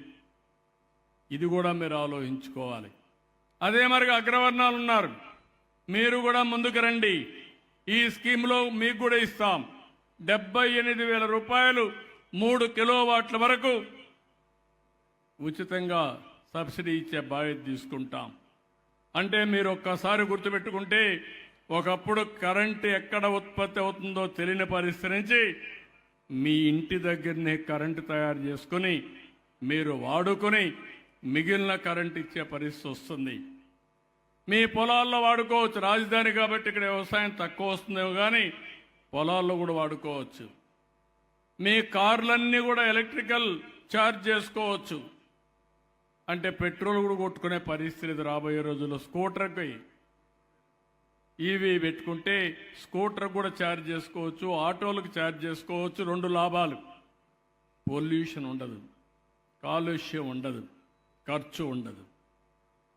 అలాంటి వినూత్నమైన ఆలోచనలో మీరు ముందుకు పోవాలి. అందుకే నేను ఇవన్నీ కూడా మీకు చెప్తున్నాను. ఇంకో పక్క 1903 మందికి గ్యాస్ కనెక్షన్లు ఇచ్చాం. ఎప్పుడు 96, 97లోనే దీపం పెట్టిన పార్టీ తెలుగుదేశం పార్టీ. అప్పుడే గ్యాస్ ఇచ్చాం మీకు. ఈరోజు మళ్ళీ ఆలోచించాను. డాక్రా సంఘాల ద్వారా ఆ రోజు దీపం పెట్టాం, ఈరోజు రేట్లు పెరిగాయి. అందుకే 3 సిలిండర్లు సంవత్సరానికి ఉచితంగా ఇవ్వాలని ఈ ప్రభుత్వం నిర్ణయం చేశాం. అది కూడా మొన్నే 1 ఇచ్చాం. ఈ సంవత్సరం 3 ఇస్తాం. ఇంకో పక్క రాజధాని ఏరియాలో భవిష్యత్తులో పైపు ద్వారానే గ్యాస్ వస్తుంది. ఆ గ్యాస్ వస్తే మీరు మామూలుగా కరెంటు మారిగా మీటర్ ఆఫ్ చేసుకొని ఎప్పుడు కావాలంటే గ్యాస్ వాడుకుంటారు. దానికి కూడా సబ్సిడీ ఇస్తాం. ఇంటర్నెట్ పెట్టుకోవాలి, 93 ఉన్నాయి, 1882 మందికి లేదు. అవి కూడా తొందరలోనే పూర్తి చేస్తాం. ఇది కాకుండా గ్రామంలో ఇవన్నీ కూడా ప్రతి ఒక్క ఇంటికి 7 అవసరాలు ఐడెంటిఫై చేశాను. ఈ 7 కూడా వీలైనంత తొందరలో ప్రొవైడ్ చేసే బాధ్యత నాది. ప్రతి ఒక్కరికి 3 సెంట్లు గ్రామీణ ప్రాంతాల్లో ఇంటి జాగా ఇస్తాం, పట్టణ ప్రాంతాల్లో 2 సెంట్లు ఇస్తాం, అందరికి ఇళ్లు కట్టిస్తాం. ఇల్లు లేదనే వాళ్ళు ఈ రాష్ట్రంలో ఉండకుండా అందరికీ న్యాయం చేస్తాం. ఇవన్నీ వచ్చిన తర్వాత గ్రామానికి వస్తే సీసీ రోడ్లు 10.39 కిలోమీటర్లు ఉన్నాయి. ఒక 0.83 కిలోమీటర్ లేదు. ఈ సంవత్సరమే ఆ రోడ్లు కూడా వేసేయమంటాను. అంటే 100% ఈ ఊర్లో సిమెంట్ రోడ్లు ఉంటాయి. ఇంకో పక్క డ్రైనేజ్ 1905 కిలోమీటర్లు ఉంది. అయితే 2 సైడ్స్ కావాలంటే ఇంకో 12 కిలోమీటర్లు కావాలి. అది కూడా తీసుకోమంటున్నా. 3 సంవత్సరాల్లో 12 కిలోమీటర్లు డ్రైనేజ్ వ్యవస్థ కూడా అండర్ గ్రౌండ్ డ్రైనేజ్ వ్యవస్థ ఏర్పాటు చేసే బాధ్యత ఈ ప్రభుత్వం తీసుకుంటుందని చెప్పి కూడా నేను మీకు తెలియజేస్తున్నా. స్ట్రీట్ లైట్స్ 160 ఉన్నాయి, 6 కావాలి, అవి కూడా ఇస్తాం. సాలిడ్ వేస్ట్ మేనేజ్మెంట్ ఒకటి, అదే మరి మురుగు నీళ్ల మేనేజ్మెంట్ ఒకటి, ఈ 2 కూడా చేయాలి. ఈ 2 బాగానే పనిచేస్తున్నాయి. దీన్ని ఇంకా కూడా భవిష్యత్తులో స్ట్రీమ్ లైన్ చేస్తాం. నేను చెప్పిన పనులన్నీ చేసిన తర్వాత మీ ఊరు అవసరాలన్నీ తీరాయి, వ్యక్తిగత అవసరాలన్నీ ఇస్తున్నాం. అయితే మీ జీవన ప్రమాణాలు పెరగాలి. జీవన ప్రమాణాలు పెరగాలంటే మీ ఆదాయం పెరగాలి. ఎవరెవరు ఏ పని చేస్తున్నారో దాన్ని అధ్యయనం చేసి ఆదాయాన్ని పెంచే మార్గానికి శ్రీకారం చుడుతున్నామని చెప్పి కూడా నేను మీకు తెలియజేస్తున్నా. ఇక్కడ గ్రామానికి వచ్చినప్పుడు నేను చూసిన తర్వాత ఒక అధ్యయనం చేశాం. ఈ అధ్యయనం చేస్తే దగ్గర ఈ గ్రామంలో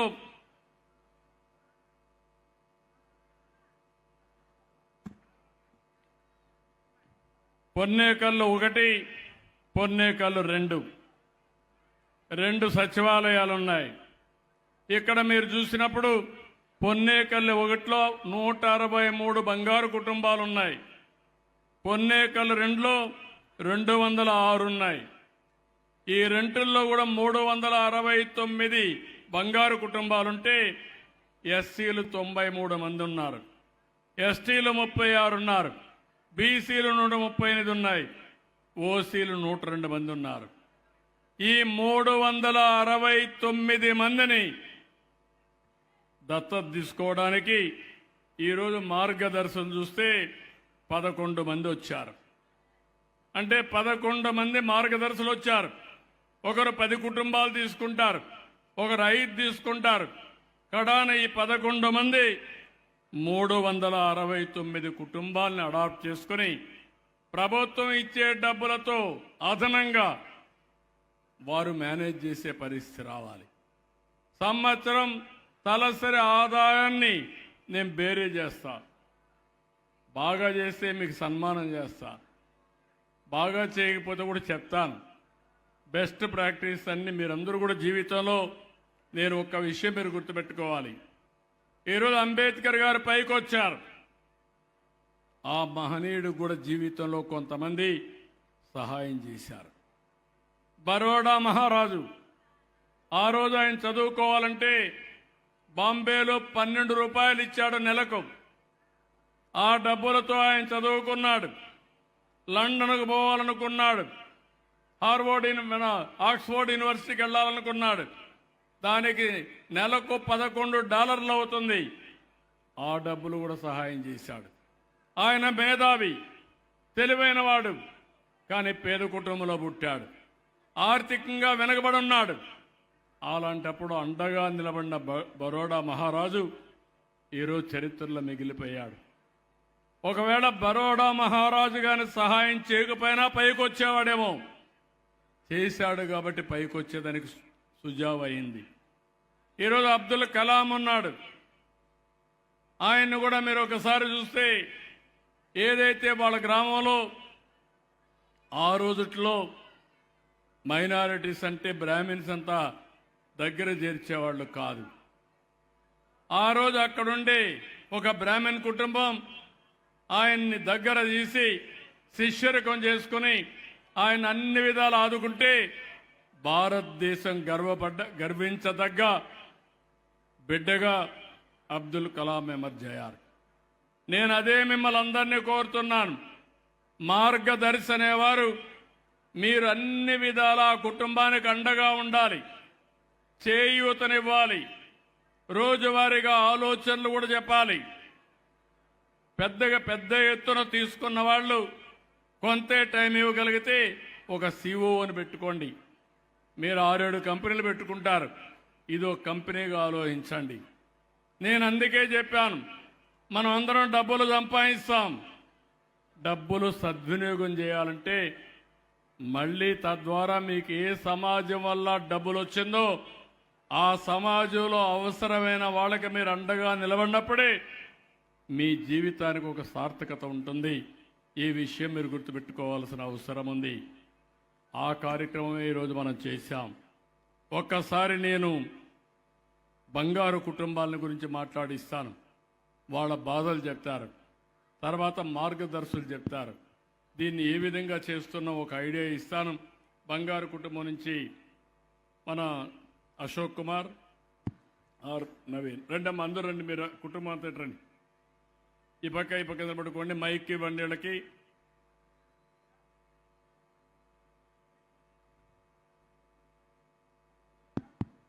రండి, ఆ కుర్రాడికి మైక్ ఇవ్వండి. అశోక్ మాట్లాడా, ఎవరు మాట్లాడతారో ఒకరు మాట్లాడమ్మా, నువ్వు మాట్లాడతాను.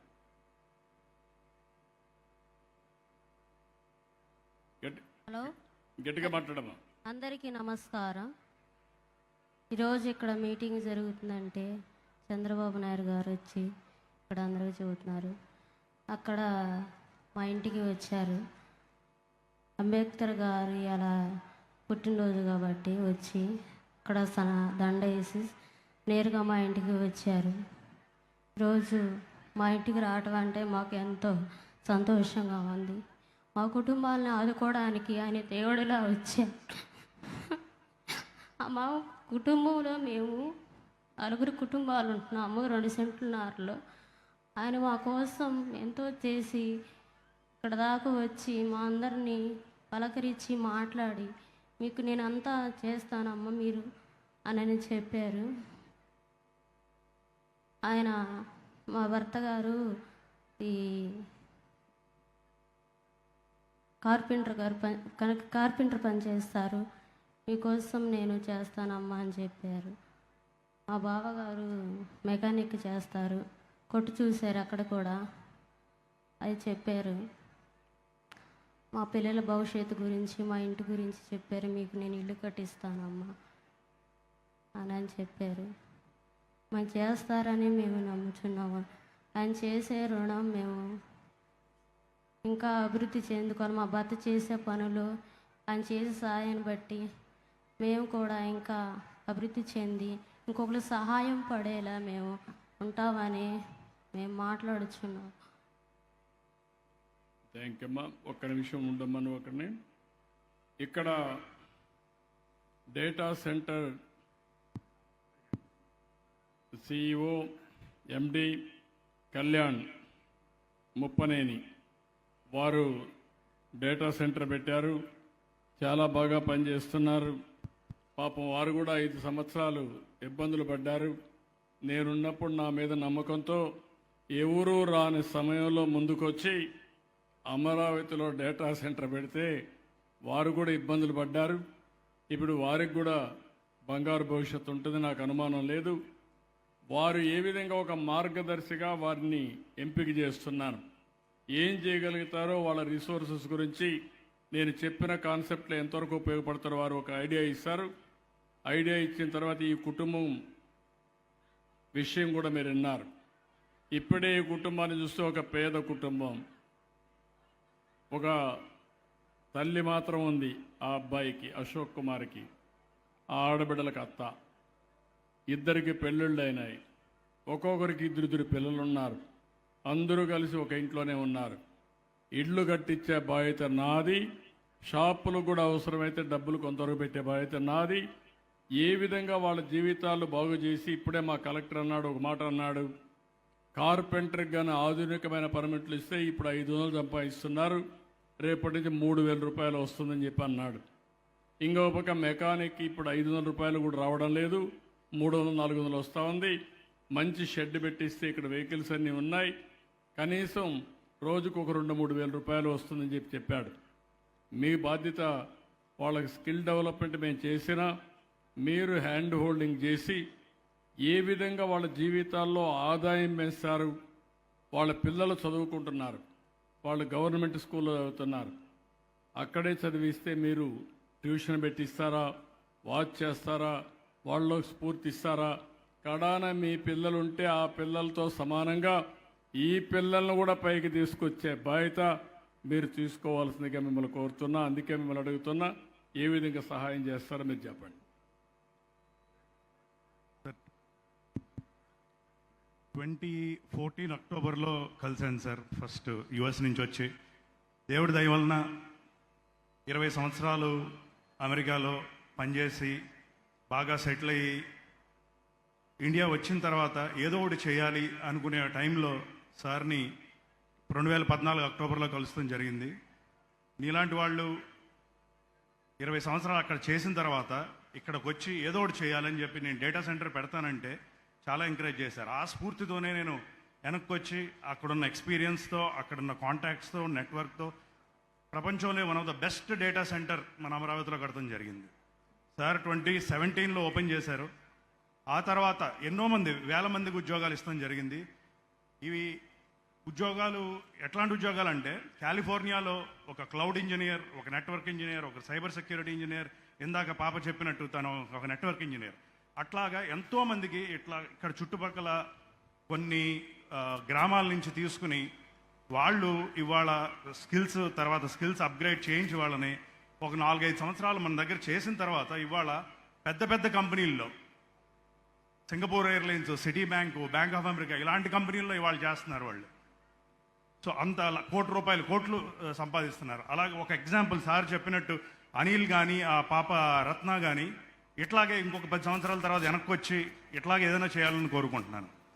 సో ఇవాళ సార్ చెప్పినట్టు ఈ కుటుంబాలు చూస్తుంటే చాలా కడుపు తళికిపోతుంది. కాకపోతే ఏంటంటే దేవుడు మనకు ఒక పొజిషన్ ఇచ్చాడు, ఒక అవకాశం ఇచ్చాడు. ఇలాంటి టైంలో మనం చేయకపోతే చాలా కష్టం. ఇంకొకటి ఏంటంటే సార్ టెలికాం పాలసీ గురించి చెప్పారు. 1994లో టెలికాం పాలసీ ఆ రోజున చేసి ఉండకపోతే మన ఇండియాలో ఇన్ఫర్మేషన్ టెక్నాలజీ అనేది అంత పెద్దగా ఇది అయ్యేది కాదు. తర్వాత మళ్ళీ సారే 99-2000 టైం ఫ్రేమ్లో మళ్ళీ ఇన్ఫర్మేషన్ టెక్నాలజీ తీసుకొచ్చారు. తర్వాత ఎన్నో లక్షల మంది మన ఆంధ్రప్రదేశ్ నుంచి వెళ్ళి ఎన్నో ఉద్యోగాలు చేసి ఎంతో చేస్తున్నారు. వాళ్ళంతా కూడా దీనికి ఈ P4 ప్రోగ్రామ్కి సహాయం చేయాల్సిన అవసరం ఉంది.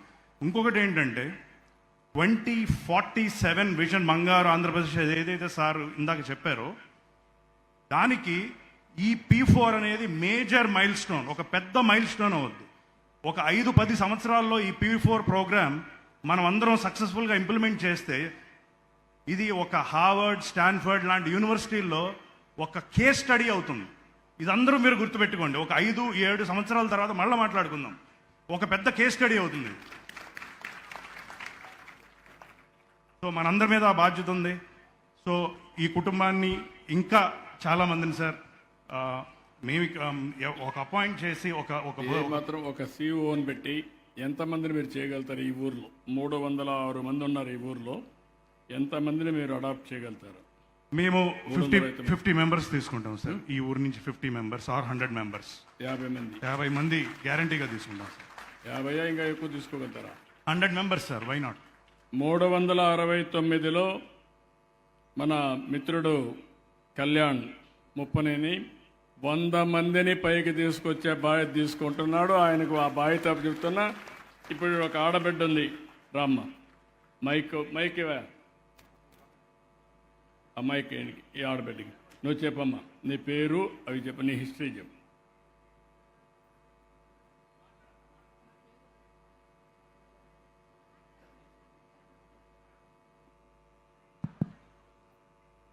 గౌరవనీయులైన ముఖ్యమంత్రి గారికి నా నమస్కారాలు. అలాగే నాకు ఈ అవకాశం ఇచ్చిన ఎమ్మెల్యే గారికి నా నమస్కారాలండి. నా పేరు గొడవర్తి స్వప్న. మా భర్త గారి పేరు కిరణ్ కుమార్. నేను వచ్చేసరికి నాకు 2 పిల్లలు ఉన్నారండి. 2 ప్రైవేట్ స్కూల్లో కాకుండా గవర్నమెంట్ స్కూల్లో చదివించుకుంటున్నాను. నాకైతే మా మామగారు కట్టించిన ఇంట్లోనే ఉంటున్నాం మేము. మాకు ఇల్లు లేదు. 4 ఫ్యామిలీలు ఒక ఇంట్లోనే ఉంటున్నాము. కొంచెం ఇబ్బందిగా ఉంటుంది ఇల్లు లేక.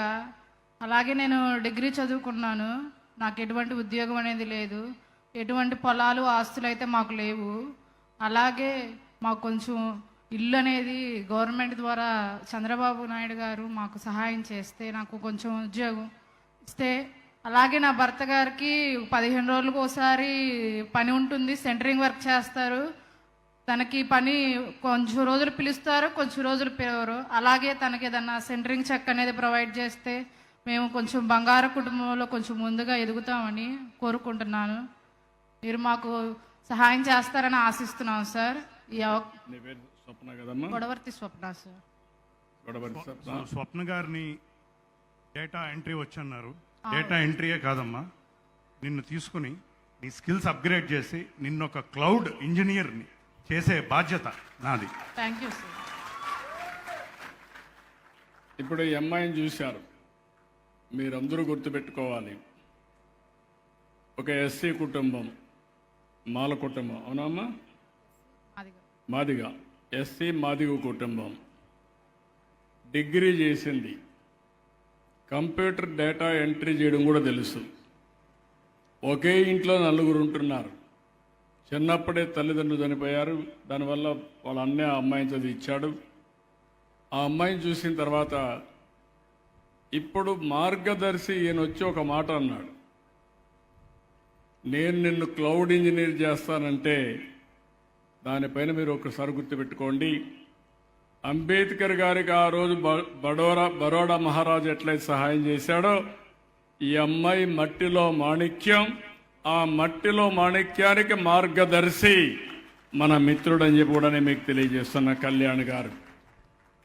ఆయనకి డేటా సెంటరే ఉంది. ఆ అమ్మాయికి స్కిల్ డెవలప్మెంట్ చేయడం పెద్ద కష్టం కాదు. ఒకసారి ఆ అబ్బాయికి చేస్తే 20,000 30,000 ఆదాయం వస్తుంది. రేపు రాబోయే రోజుల్లో మీరు చూస్తారు, ఆ అమ్మాయి ఇప్పుడంతా డల్గా ఉంది. ఎందుకు? ఆ వాతావరణం మారిగా ఉంది. ఇంట్లో సమస్యలు, ఒక ఇంట్లో 4 ఉండాలి, ఫ్రీడమ్ లేదు, 10 రూపాయలు కావాలంటే డబ్బులు లేవు, బయట పోయే ఇది లేదు. అన్నిటికీ భర్తకు ఓసారి పని దొరకదు, ఓసారి దొరుకుతుంది. దొరక్కపోతే అందరూ కూర్చొని దిగులు పడిపోయి ఎట్ట బతకాలని ఆలోచన.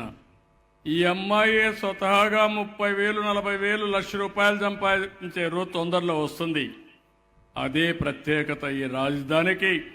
ఇలాంటి దాతల ముందుకొస్తే మార్గదర్శకులుగా ఉంటే 100 కుటుంబాలని మీరు చూస్తారు.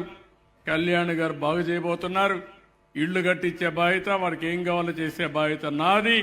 వాళ్ళ జీవితాల్లో వెలుగు చూపించే బాధ్యత కళ్యాణ్ గారిదని చెప్పి మీకు అందరికీ తెలియజేసుకుంటూ, ఇదే అర్థం కాని వాళ్లకు అర్థమయ్యేట్టుగా చెప్పడం.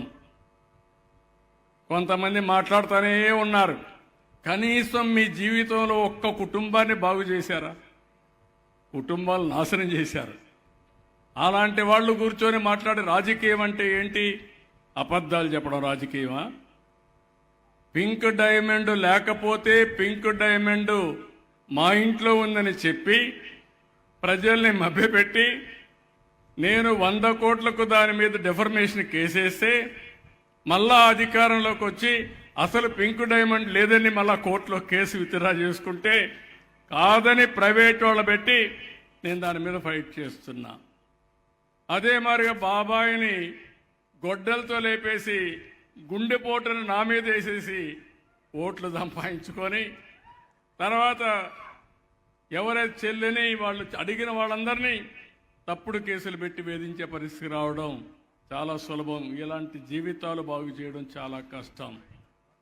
ఈ విషయం మీరు గుర్తుపెట్టుకోవాలి. సాక్షుల్ని తారుమారు చేసేయడం, చంపేయడం. ఇప్పటికే 6 మంది పోయారు. మీరు కూడా ఇక్కడ ఉండేవాళ్ళు ఒకటి గుర్తుపెట్టుకోవాలి. నేను ఈరోజు మోటివేట్ చేసేది కష్టమైన పని, మాటలు చెప్పడం సులభమైన పని. వీళ్ళని తిప్పించడం, వాళ్ళని ఒప్పించడం, వీళ్ళకు నచ్చజెప్పడం, దారి చూపించడం అనేది ఒక చరిత్ర. వారు ఒక మాట అన్నారు, మీరు గుర్తుపెట్టుకోండి. 95లో నేను ముఖ్యమంత్రి అయ్యాను. 95లో ముఖ్యమంత్రి అయితే నాకు ఒక కోరిక ఉండేది, ఐటీ ప్రమోట్ చేయాలని. భవిష్యత్తుకు రాబోయే రోజుల్లో ఐటీ అనేది గేమ్ చేంజర్ అని ఆ రోజు డిసైడ్ చేసుకున్నా. ఫస్ట్ టైం హైదరాబాద్లో హైటెక్ సిటీ కట్టాను. దీనికి కావాల్సిన మనుషులు కావాలి, రెండోది కంపెనీలు కావాలి, మూడోది బ్యాండ్విడ్త్ కావాలి, టెక్నాలజీ రావాలంటే. అప్పట్లో మీ అందరూ ఒకసారి జ్ఞాపకం చేసుకుంటే మీ ఇంట్లో టీవీ ఉండేది, అది సెటిలైట్కి పోయి అక్కడి నుంచి మెసేజ్ వస్తుంది. ఇప్పుడు అట్లనే వస్తుంది మీకు కొంతవరకు. టెలికమ్యూనికేషన్లో కాల్స్ ఏదైనా మాట్లాడాలంటే ఫోన్లు వచ్చేటివి కాదు, అప్పుడు మాన్యువల్ ఉండేది. ఒక ఫోన్ బుక్ చేస్తే లైట్నింగ్ కాల్ 1 వారం పట్టేది. ఆపరేటర్ మీకు తెలిస్తే 1 నిమిషంలో ఇచ్చేవాడు. 83లో ఆగస్టు క్రైసిస్ వచ్చింది. ఆగస్టు క్రైసిస్లో ఇక్కడి నుంచి కొంతమంది మనుషులు బయలుదేరి మేము మైసూరులో ఉంటే ఎమ్మెల్యేలు కిడ్నాప్ చేయాలని తీసుకుపోవాలని ఆలోచించేవాళ్ళు. ఆపరేటర్లు ఆ రోజు నాకు ఫోన్ చేసి, పలానా ఎమ్మెల్యే కోసం పలానోళ్ళు వస్తున్నారు దొంగలు, మీరు జాగ్రత్తగా చూసుకోండి సార్ అని చెప్పేవాళ్ళు.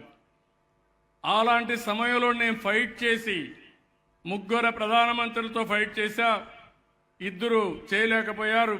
కడాన వాజ్పేయి గారు అర్థం చేసుకుని నేనిచ్చిన రిపోర్టు పైన టెలికమ్యూనికేషన్ ని డీరెగ్యులేట్ చేశారు, ప్రైవేట్ సెక్టర్ చేశారు, రిఫార్మ్ తీసుకొచ్చారు. దానివల్ల వారు చెప్పినట్టు ఈరోజు ఇక్కడ డేటా సెంటర్ పెడితే అమెరికా నుంచి డేటా ఇక్కడికి వచ్చి మళ్ళీ వివిధ కంపెనీలకు ఇక్కడి నుంచి వెళ్తుంది. ఆ బ్యాండ్విడ్త్ లేకపోతే ఇది జరగదు. అది ఆ రోజు చేశారు కాబట్టి ఇలాంటి వాళ్ళందరూ ముందుకు వచ్చి ఈరోజు చేశారు. ఇప్పుడు నాకు కూడా ఒక హక్కు ఉంది. నేను చేసిన రిఫార్మ్స్ వల్ల మీరు బాగుపడ్డారు కాబట్టి నాకు చేయొద్దండి. ఈరోజు మీరందరూ సమాజం కోసం, పేదవాళ్ళ కోసం సేవ చేసి గొప్ప వ్యక్తులుగా తయారు కావాలని పిలిపిస్తున్నానని చెప్పి కూడా నేను మీకు తెలియజేస్తున్నా. జన్మభూమి పెట్టాను. జన్మభూమి ఆ రోజు గ్రామం కోసం పెట్టాను. అప్పట్లోనే అక్కనే నాగేశ్వరరావు గారు, దాసరి నారాయణరావు వీళ్ళంతా కలిసి ఒక సాంగ్ రాశారు. 3-4 సార్లు నా దగ్గరకు వచ్చి ఆ సాంగ్ సరిగా రాకపోతే మీ వల్ల కాదు వదిలేయమన్నా. కాదు ఇంకొక అవకాశం ఇవ్వమన్నారు. 10 రోజులు కూర్చొని సాంగ్ రాశారు. జన్మభూమి పిలుస్తుందని ఒక సాంగ్ రాశారు. ఆ సాంగ్ ఇప్పటికి కూడా బ్రహ్మాండంగా వచ్చింది. ప్రపంచంలో ఎక్కడెక్కడి నుంచో వచ్చి స్కూల్ బిల్డింగ్లు కట్టారు, కమ్యూనిటీ హాల్ కట్టారు, గ్రామానికి సేవలు అందించారు. ఈరోజు నేనిచ్చే పిలుపు ఆ రోజు గ్రామాల కోసం పిలిపించాను. గ్రామాలకు ఏం కావాలో నేను చేస్తాను, కుటుంబాలకు కనీస అవసరాలు నేను చేస్తాను. ఇప్పుడు నేను ఇచ్చిన పిలుపు ఆ పేదవాళ్ళ జీవితాలకు వెలుగిమ్మని కోరుతున్నా. మీ డబ్బులు కాదు, మీ తెలివితేటలు కొద్దిగా వారికి ఇవ్వండి. ఇప్పుడు ఆ చిన్న పిల్లలు ఉన్నారు. ఇప్పుడు కానీ ఎవరైతే కళ్యాణ్ గారు 10 నిమిషాలు మాట్లాడి వారి ఏమేమి అవసరాలు ఉన్నాయి. ఇప్పుడు నేను ఒక మాట చెప్పాను. 2 కుటుంబాలు ఉన్నారు. ఆ 2 కుటుంబాలు 500 రూపాయల ఆదాయం వస్తుంది. నేను ఇచ్చే పనిముట్ల వల్ల, నైపుణ్యం వల్ల 3000 వస్తుంది. అంటే 6 రెట్లు పెరుగుతుంది. ఈ అమ్మాయి ఉంది, ఇప్పుడు ఉద్యోగం లేదు. మీరు అమ్మాయికి ఉద్యోగం ఇస్తే 15,000 20,000తో ప్రారంభిస్తే అక్కడి నుంచి ఆ కుటుంబానికి ఒక 2 లక్షల రూపాయల అదనంగా ఆదాయం వస్తుంది. అదే మరిగా పిల్లల్ని బాగా చదివించి ఆ పిల్లలకు మంచి ఉద్యోగం వచ్చేట్టుగా మీరు చేయగలిగితే రేపు ఈ కుటుంబాలు మార్గదర్శకులుగా తయారవుతారు. నేను ఒకటే నా జీవితంలో ఒక ఆశయం పెట్టుకున్నాను. చాలామందికి చాలా ఆశయాలు ఉంటాయి. నేను నా కుటుంబానికి ఏమీ చేయక్కర్లేదు. 30 ఏళ్లకు మునుపు ఒక చిన్న కంపెనీ పెట్టి ఇచ్చాను వాళ్ళకు కూడా. నా మీద ఆధారపడకూడదు, రాజకీయాలపైన ఆధారపడకూడదని. నా బాధ్యత ఈ సమాజానికి శాశ్వతంగా ఒక పరిష్కార మార్గం, పేదరికం లేని సమాజం, ఆర్థిక అసమానతలు తగ్గించే వ్యవస్థకి శ్రీకారం చుట్టాలని నిర్ణయం చేశా, సంకల్పం చేశా. సాధించి తీరతానని మరొక్కసారి మీ అందరికీ హామీ ఇస్తున్నా. చాలా మంది అన్నారు మీ ఆలోచన ఏంటి సార్ మాకు అర్థం కాలేదని. నేను ముందు చెప్పినప్పుడు అర్థం కాదు, కానీ అర్థం చేసుకున్న వాళ్ళ భవిష్యత్తు బంగారు భవిష్యత్తు అవుతుంది. మీరు కూడా గుర్తుపెట్టుకోవాలి, ప్రజలు కూడా. 2004లో మనం గెలుసుంటే ఈరోజు ఈ రాష్ట్రం ఎక్కడికి పోయి ఉండేదని అడుగుతున్నా. 2019లో మళ్ళీ గెలుసుంటే కంటిన్యూగా ఉండుంటే ఎక్కడికి వెళ్ళేవాళ్ళం అని అడుగుతున్నా. 2 సార్లు కూడా మీరు ఆలోచించారు. బాబు గారు బాగానే చేశారు, ఇంకా కూడా వస్తాడు బాగా చేస్తాడు అనుకొని అక్కడి నుంచి పప్పులో కాలేశారు. అక్కడి నుంచి నాకు వైకుంఠపాళి, పైకి ఎక్కాం, కిందన పడ్డాం, మళ్ళా మిమ్మల్ని పైకి తేవడానికి ప్రయత్నం చేయడం, ఏదో అబద్ధాలు ఈరోజు మీరు చూస్తున్నారు. గోశాలలో పశువులు చనిపోకపోయినా గోశాలలో పశువులు చనిపోయాయంట, ఆయన బాధపడుతున్నా అంట. ఆ పార్టీ వైఎస్ఆర్ కాంగ్రెస్ పార్టీ. దేవుళ్ల పైన దాడులు చేసిన మీరు ఈరోజు వెంకటేశ్వర స్వామి పైన ఇంత భక్తి వచ్చిందంటే నాకు అర్థం కాల. ఎప్పుడు వెంకటేశ్వర స్వామికి సాంప్రదాయాలు పాటించిన మీరు, నాలాంటి మా ఇంటి దేవుడు వెంకటేశ్వర స్వామి అప్పుడప్పుడు బాధ కలుగుతుంది ఆయనకు అపవిత్రత కలిగినప్పుడంతా. అలాంటి మీరు ఈరోజు కన్నీళ్లు పెట్టుకుంటున్నారు. పాపం ఏదో జరిగిపోయింది, జరగని దాన్ని మీరు గుర్తుపెట్టుకోవాలి. ఇలాంటి కపట నాటకాలు ఒక్కసారి నేను కూడా మోసపోయా. గొడ్డలి వేటిని గుండెపోటుగా నమ్మి ఆ రోజు మోసపోయాను. కానీ ఆ రోజే మీరు ఒక్క విషయం గుర్తుపెట్టుకోవాలి. నేను కానీ అనలైజ్ చేసి కరెక్ట్గా అర్థం చేసుకొని ఆ రోజు నేను అరెస్ట్ చేసుంటే దోషుల్ని ఏమయ్యేదో మీరు ఒక్కసారి అర్థం చేసుకోండి. అర్థమైందా మీకు? ఆ ఒక్క చిన్న తప్పు రాష్ట్రం పెద్ద ప్రైస్ పే చేసే పరిస్థితికి వచ్చాం. అలాంటి జరగకుండా ఉండాలంటే మీరు నేను అందరం కలిసి ముందుకు పోవాలి. ఇలాంటి పవిత్రమైన కార్యక్రమం, పవిత్రమైన దినం, పండుగ రోజు మన అందరం కూడా దీనికోసం ఆలోచించాలి. ఇంకొక పక్క అప్పుడప్పుడు అవతల వాళ్ళు చేసే కుట్రల్ని, కుతంత్రాల్ని ప్రజా చైతన్యం ద్వారా ప్రజల్లోకి తీసుకుపోవాల్సిన బాధ్యత కూడా ఉంది.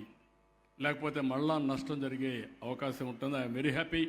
ఈరోజు కళ్యాణ్ గారిని మనస్ఫూర్తిగా అభినందిస్తూ, వారితో సమానంగా ఇంకా కొంతమంది వచ్చారు. కూర్చోండి, కూర్చోబాబు, మీరు కూర్చోండి, ఏం చేయాలో చేపిస్తాం. ఇంకొక బంగారు కుటుంబాల నుంచి ఒకరిద్దరు మాట్లాడతారు. అదే మాదిరిగా దేశు సూర్యప్రకాశ్రావు, శ్రీలతా పరమేశ్వరి స్పిన్నింగ్ మిల్స్. రెడ్డి మాట్లాడు. మీరు ఏం ఇట్రా అమ్మా, మైక్ రామ్మ మాట్లాడు. నువ్వు చెప్పమ్మా, నీ సమస్య చెప్పు. తర్వాత సూర్యప్రకాశ్రావు మాట్లాడు.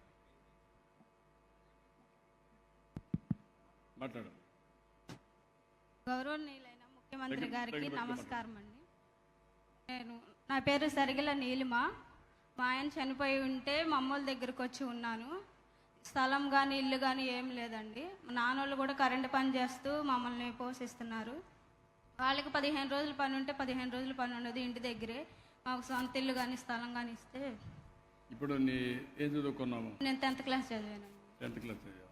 పెళ్ళయిందమ్మా? పెళ్ళయింది, 2 పిల్లలు, భర్త చనిపోయాడు. ఏం చదువుతారమ్మా? బాబా 1st క్లాస్ అండి, పాప అంగన్వాడికి వెళ్తుంది. ఇప్పుడు నువ్వు నీకు పెన్షన్ వస్తుందమ్మా? వస్తుందండి.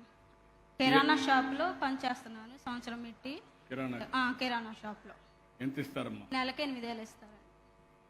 ఆ అమ్మాయిది చూశారు, కిరాణా కొట్లో పనిచేస్తుంది, నెలకి 8,000 ఇస్తారు. 10th క్లాస్ చదువుకున్నది, 2 పిల్లలు. ఇతనితో పింఛను కింద 4,000 రూపాయలు ఇస్తున్నాం. ఆ డబ్బులు వస్తుంది.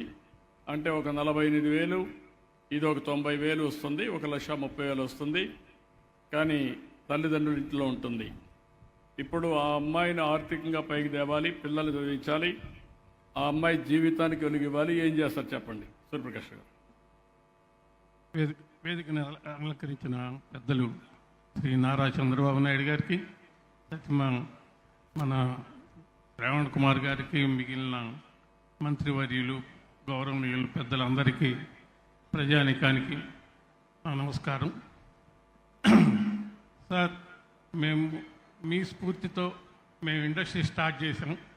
2014లో మీరు ఇచ్చినటువంటి పాత సబ్సిడీస్ అన్నీ ఒకేసారి రావటం వల్ల మా ఇండస్ట్రీని డెవలప్ చేసుకోవడం జరిగింది. 2015-20లో కూడా మీరు ఇచ్చినటువంటి పాలసీ వల్ల ఇండస్ట్రీకి బాగా అభివృద్ధి చెంది మా ఓన్ పవర్ కూడా ప్రొడ్యూస్ చేసుకొని ఇండస్ట్రీకి సపోర్ట్గా ఈ రకంగా అభివృద్ధి చెంది వాళ్ళ ఒక 500 కుటుంబాలకు మేము జాబ్ సెక్యూరిటీ చూపించగలిగామంటే అది మీ స్ఫూర్తే సార్. మేము ఇలానే మేము ఇంతకుముందు మా సంస్థ ద్వారా రోటరీ క్లబ్బు, తర్వాత రెడ్ క్రాసు, అవోపా ఇలాంటి సేవా సంస్థల ద్వారా, తర్వాత టీటీడీ, ఇస్కాను ఇలాంటి ధార్మిక సంస్థల ద్వారా మాకు చేతనైనటువంటి సహాయం చేస్తూనే ఉన్నాం సార్. ఇప్పుడు మీరు చెప్పినప్పుడు ఈ P4 పథకానికి మాకు కూడా చాలా స్ఫూర్తిదాయకంగా ఉంది. ఇప్పుడు ఈ అమ్మాయి విషయంలో భర్త లేరని చెప్పారు, 2 పిల్లలు ఉన్నారన్నారు. ఈ అమ్మాయికి మేము ఉద్యోగం ఇస్తాం సార్. అమ్మాయికి చేతనైనటువంటి ట్రైనింగ్ లేకపోతే ట్రైనింగ్ కూడా మేమే ఇచ్చి పూర్తి వసతి, ఇల్లు ఇస్తాము, సబ్సిడీ భోజనం ఇస్తాము, జాబ్ ఇస్తాము, మంచి శాలరీ ఇస్తాము. అమ్మాయికి 2 పిల్లలు అన్నారు సార్. 2 పిల్లల్ని వాళ్ళు పూర్తిగా చదువుకునేదాకా, వాళ్ళ పూర్తి ప్రయోజకులు అయ్యేదాకా మా బాధ్యత మేము తీసుకొని వాళ్ళిద్దరిని కూడా నేను చదివిస్తాం సార్. థ్యాంక్ యూ సూర్యప్రకాష్ గారు, చాలా ఆనందం. ఎన్ని కుటుంబాలని నువ్వు ఈ మారిగా, ఈ ఊర్లో 369 కుటుంబాలు ఉన్నాయి. 100 కుటుంబాలని కళ్యాణ్ గారు తీసుకుంటున్నారు. మీరు ఎన్ని కుటుంబాలని మరి తీసుకొని చేయగలుగుతారు? కార్పొరేట్ సోషల్ రెస్పాన్సిబిలిటీ ద్వారా మేము వాళ్ళకి అయ్యే ఖర్చుల్ని చూసుకున్న తర్వాత మీకు తప్పకుండా నేను A to Z. ఈ అమ్మాయి ఉంది, 10th క్లాస్ చదువుకుంది, పిల్లల్ని చదివిస్తామన్నారు. ఆ అమ్మాయికి ఉద్యోగం ఇస్తారు. ఆ అమ్మాయికి కూడా స్కిల్ డెవలప్మెంట్ పెంచుతూ ఆ అమ్మాయి చదువుకోగలిగితే పై చదువులు కూడా చదివిస్తారు, ఇంకా మెరుగైన ఉద్యోగం వస్తుంది. తప్పకుండా అలాంటి చేసి మీరు ఒక మెంటర్గా ఉండి, లేకుంటే మీరు ఒక సిఇఓగా ఒక సిఇఓ అని పెట్టి 20 తీసుకుంటారా, 50 తీసుకుంటారా, 100 తీసుకుంటారా, ఎంత CSR వస్తుంది, మీరు ఎంతమందిని చేయగలుగుతారో నాకు ఒక అష్యూరెన్స్. తప్పకుండా సార్. ఎంతమంది చేయగలుగుతారు? ఇంకొక 3-4 పిల్లల్ని కూడా చదివించడానికి సిద్ధంగా ఉన్నాం. అటు కాదు, ఓవరాల్ డెవలప్మెంట్. ఒక కుటుంబాన్ని తీసుకున్నాక వీళ్ళు పైకి రావాలి. ఈ అమ్మాయి ఆదాయం పెరగాలి, పిల్లల భవిష్యత్తు సెటిల్ కావాలి. ఆ విధంగా ఆ కుటుంబం అందరితో సమానంగా డబ్బులు సంపాదించే పరిస్థితికి రావాలి. అది అయిన తర్వాత ఆ కుటుంబాన్ని ఎప్పుడు మీకు అండగా ఉంటారు. మీ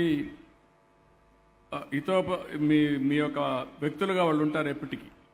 అంటే ఒక నమ్మకం మీ బంధువులో, మీ స్నేహితులు, లేకుంటే ఎవరినో చదివించి ఉండాలి. దానికోసం అడిగేది. ఎంతమంది? ఒక 50 మంది చదివించగలుగుతారా? మొత్తం 50 కుటుంబాలు. ఎవరైనా సరే ఎంప్లాయ్మెంట్. అటు కాదు, 50 కుటుంబాలు. ఎంప్లాయ్మెంట్ నేను అడగడం లేదు, అది మీ బాధ్యత. Okay sir. 50 కుటుంబాలని మీరు పైకి తీసుకురాగలుగుతారా? ఒక 50 కుటుంబాలకు మేము వాళ్ళకి ఉద్యోగ భద్రత అంతా చూసి ఇళ్ళన్నీ నేను ఇస్తా. సరే సార్. నీళ్ళన్నీ నేను ఇస్తా, కరెంట్ నేను ఇస్తా.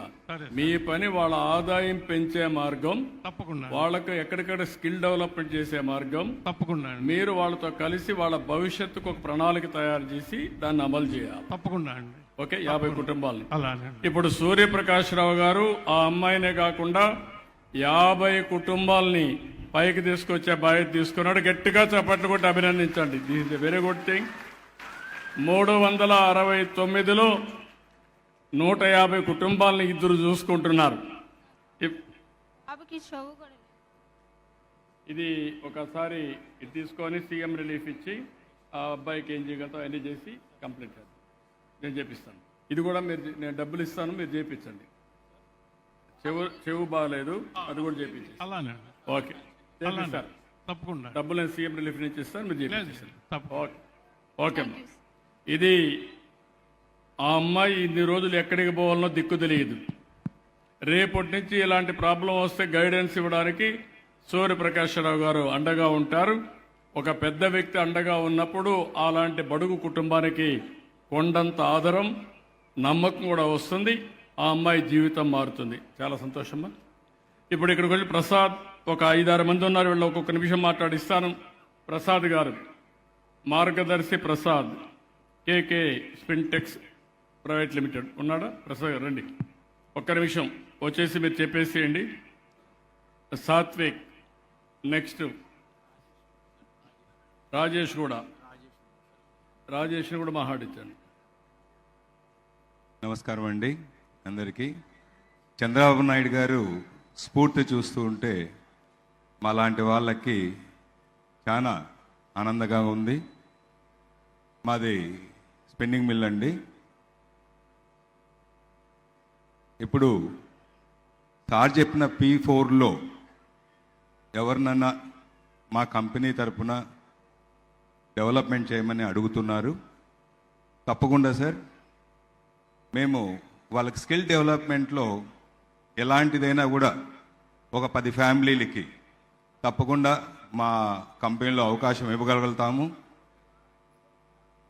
Thank you sir. కదమ్మా, నేను అడిగాను ప్రసాద్ గారు, సార్ మీకు సిఎస్ఆర్ ఏమైనా ఉందా? లేదు సార్, ఈ సంవత్సరం లేదు సార్. ప్రీవియస్ ఇయర్ ఉండింది సార్. లాస్ట్ సిన్స్ 3 years నుంచి మా స్పిన్నింగ్ మిల్ ఇండస్ట్రీస్ చాలా ఇబ్బందికరంగా ఉన్నాయి. ఇప్పుడు అన్ని మన సార్ వచ్చిన తర్వాత, చంద్రబాబు నాయుడు గారు వచ్చిన తర్వాత అన్ని సబ్సిడీస్ రిలీజ్ చేస్తామంటున్నారు. ఇండస్ట్రీ పాలసీ కూడా చాలా బాగుంది. మా అబ్బాయి కొత్తగా అమెరికా నుంచి వచ్చాడు సార్, ఒక 6 months బ్యాక్. మీరు వచ్చిన తర్వాతనే ఖచ్చితంగా ఆంధ్రప్రదేశ్లోనే ఉండి డెవలప్ చేయాలని తన కోరిక. నేను అండగా ఉంటాం. Thank you sir. Thank you very much. విధానాల వల్ల మీరందరూ బాగుపడతారు సార్. థ్యాంక్ యూ అదే సార్. సమయంలో నా విధానాల వల్ల బాగుపడిన వాళ్ళు కనీసం ఒక 10-20 కుటుంబాలని మీరు బాగు చేసి మీరు కూడా సమాజంలో మంచి వ్యక్తులుగా ఎదగాలి. అది నా కోరిక, అది చేయాల్సి కోరుకుంటూ 10 కుటుంబాలు తీసుకుంటున్నారు ప్రసాద్ గారు. వారికి గట్టిగా చప్పట్లు కొట్టి అభినందించండి. ఇంకొకటి కూడా సార్, నేను ఎక్స్పెషల్లీ సిక్ ఇండస్ట్రీస్ని రివైవ్ చేస్తూ ఉంటాను. నేను దాదాపు 3 స్పిన్నింగ్ మిల్స్ని రివైవ్ చేశాను. దాదాపు 10 క్లోజ్ అయిన మిల్లు దాంట్లో కూడా ఇంప్రూవ్మెంట్ చేశాను.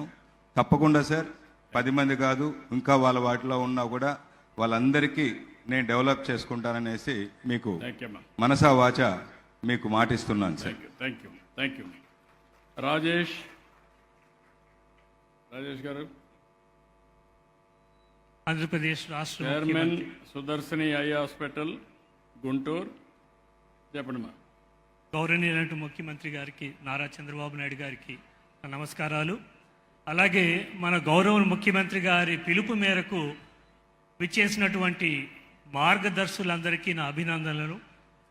అలాగే ఈ మార్గదర్శులు వాళ్ళు పైకి తీసుకురావటానికి అణగారినటువంటి బంగారు కుటుంబాలందరికీ కూడా చంద్రబాబు నాయుడు గారు ఇచ్చిన ఈ అవకాశాన్ని సద్వినియోగం చేసుకొని మీరందరూ కూడా కష్టపడి ఆయనలాగా, ఆయన 18 గంటలు పనిచేస్తారు రోజు, వారిలాగే మీరందరూ కూడా ఈ మార్గదర్శులు ఇచ్చినటువంటి చేయూతను తీసుకొని కష్టపడి పనిచేసి పైకి వస్తారని ఆశిస్తున్నాను. చంద్రబాబు నాయుడు గారు, నేను ఒక కంటి డాక్టర్ల కుటుంబంలో పుట్టాను. నేను కంటి డాక్టర్ని, మా నాన్నగారు కంటి డాక్టరు, మా మామగారు కంటి డాక్టరు, మా ఆవిడ కంటి డాక్టరు, నా కూతురు కూడా కంటి డాక్టర్. సో మాకు ఎప్పుడు కూడా మీ ఆ ఎకో సిస్టంలో రైతు కుటుంబాలు రైతే కావాలనుకుంటారు, రైతు కూలీ కుటుంబం కూలీగానే మిగిలిపోయే పరిస్థితి వస్తుంది. నేను కూడా కొంతమందిని మార్చలేకపోతున్నాం. కానీ అందుకే ఎన్టీ రామారావు గారు రాజకీయాల్లోకి వచ్చిన తర్వాత వారసత్వంగా వచ్చే కుటుంబాలు కాకుండా కొత్త కుటుంబాలు రాజకీయాలు తీసుకొచ్చిన ఘనత తెలుగుదేశం పార్టీది. అదొక చరిత్ర. మొన్న కూడా నేను చాలామంది కొత్త వాళ్ళని తీసుకొచ్చాను. ఇప్పుడు రైతు కుటుంబాల నుంచి ఐటీ ఇంజనీర్లుగా చేశాం, రైతు కూలీ కుటుంబాల నుంచి ఇంజనీర్లుగా చేశాం. ఇప్పుడు నేను ఒక్కొక్క ఫ్యామిలీకి ఒక ఆంటర్ప్రెన్యూర్ తయారు చేయాలనుకుంటున్నా, అది కూడా తయారు చేస్తా. ఇప్పుడు మీరు పైకి వచ్చారు కాబట్టి ఏం చేయగలుగుతారు, ఎన్ని కుటుంబాలు బాగు చేస్తారు? ఇప్పుడు నాకు చేతనైంది కంటి వైద్యం, మా కుటుంబంలో అందరికీ చేతనైంది కంటి వైద్యం. మాకు ఆల్రెడీ ఎగ్జిస్టింగ్ 3 హాస్పిటల్స్ ఉన్నాయి, 2 విజన్ సెంటర్స్ ఉన్నాయి.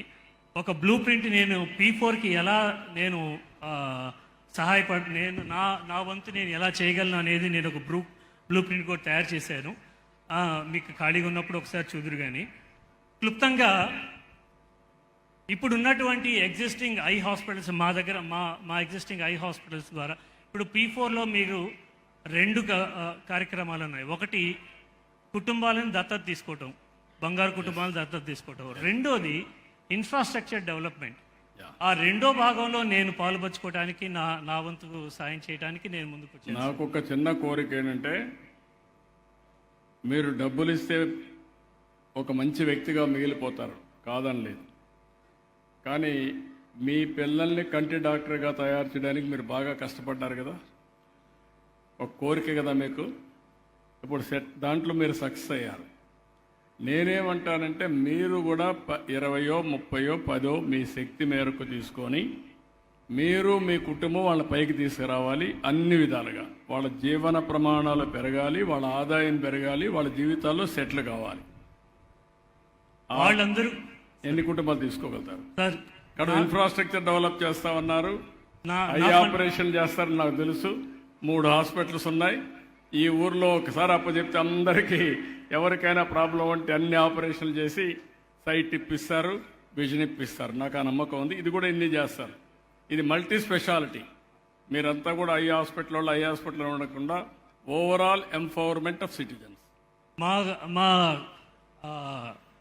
ఇండియన్ మెడికల్ అసోసియేషన్ తరఫున డాక్టర్స్ IMA తరఫున ప్రెసిడెంట్ కూడా ఉన్నారు. మా డాక్టర్స్ తరఫున 50 కుటుంబాలని మేము దత్తత తీసుకోవడానికి గుంటూరు బ్రాంచ్ వరకే.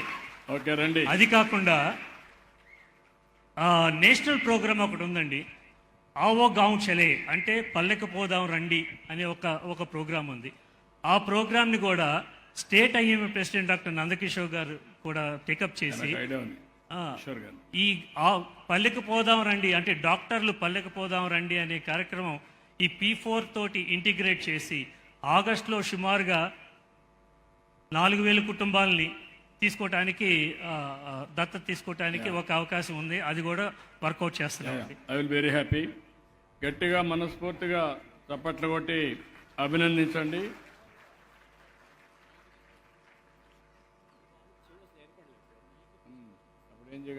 ఇలాంటి వాళ్ళకి బాగా హీరింగ్ ఎయిడ్ ఆపరేషన్స్ మీరు ఎల్ఓసి ఇస్తే మా హాస్పిటల్ తరఫున పూర్తిగా ఉచితంగా అన్ని ఆపరేషన్ చేసి పెడతాను. ఈ బాబుకి ఒక్కడికే కాదు, ఎవరికైనా సరే మీరు ఎల్ఓసి ఇస్తే మా హాస్పిటల్ మందులు అన్ని కాకుండా అన్ని ఉచితంగా ఏర్పాటు చేస్తాను. ఇప్పుడే నేను ఎల్ఓసి ఇచ్చాను, నువ్వు చేసి పెట్టి తప్పకుండా ఆ బాబును బాగు చేసే బాధ్యత ఈ బాబే కదా సార్, రాష్ట్రంలో ఏ బాబుకైనా ఎవరైనా వస్తే పంపిస్తా ఉంటా. ఉచితంగా చేస్తాను. ఇప్పుడు ఈ అబ్బాయిని ఇమ్మీడియట్ గా ఆ తల్లి మీ దగ్గర చేరుస్తుంది, చేర్చి బాగు చేసే బాధ్యత మీది. ఓకే అమ్మా, డాక్టర్ కూడా వచ్చేసాడు, మనం మాట్లాడుకుంటానే. ఓకే, బాధ్యత కూడా తీసుకున్నాడు. I'm very happy.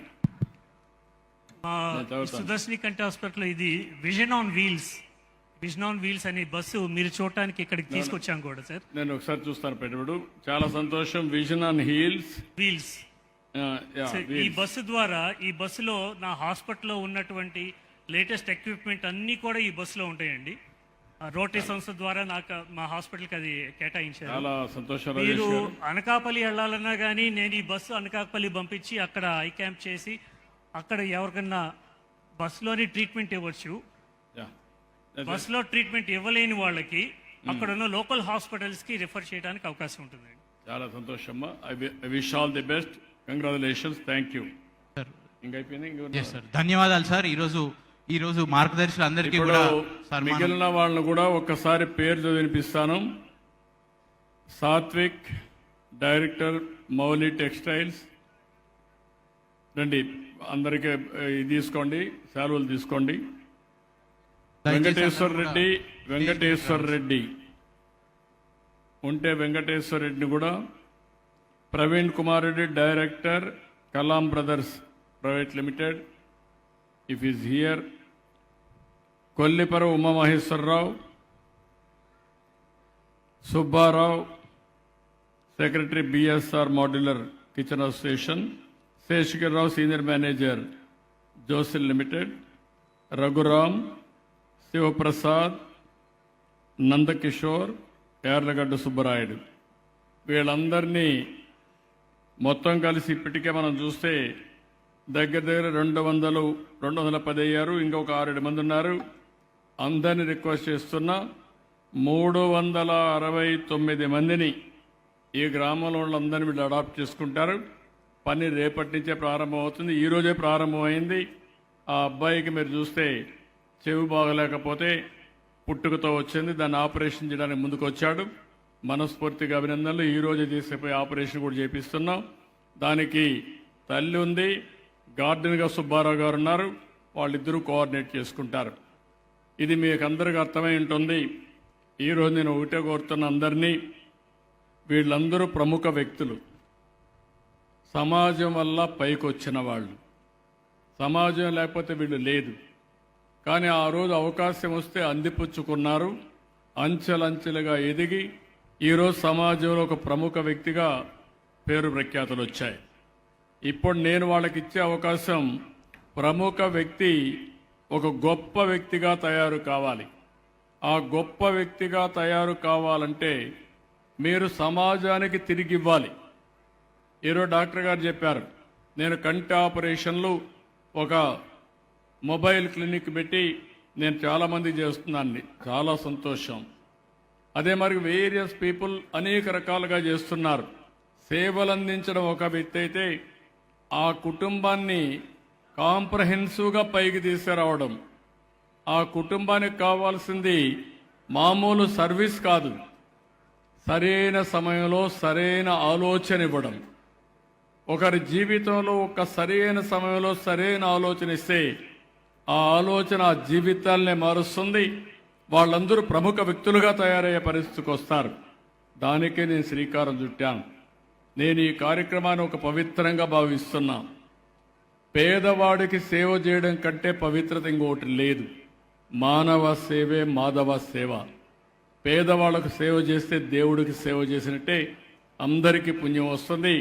వీళ్ళందరినీ రిక్వెస్ట్ చేస్తున్నా, మీరు గొప్ప వ్యక్తులుగా తయారు కావాలి.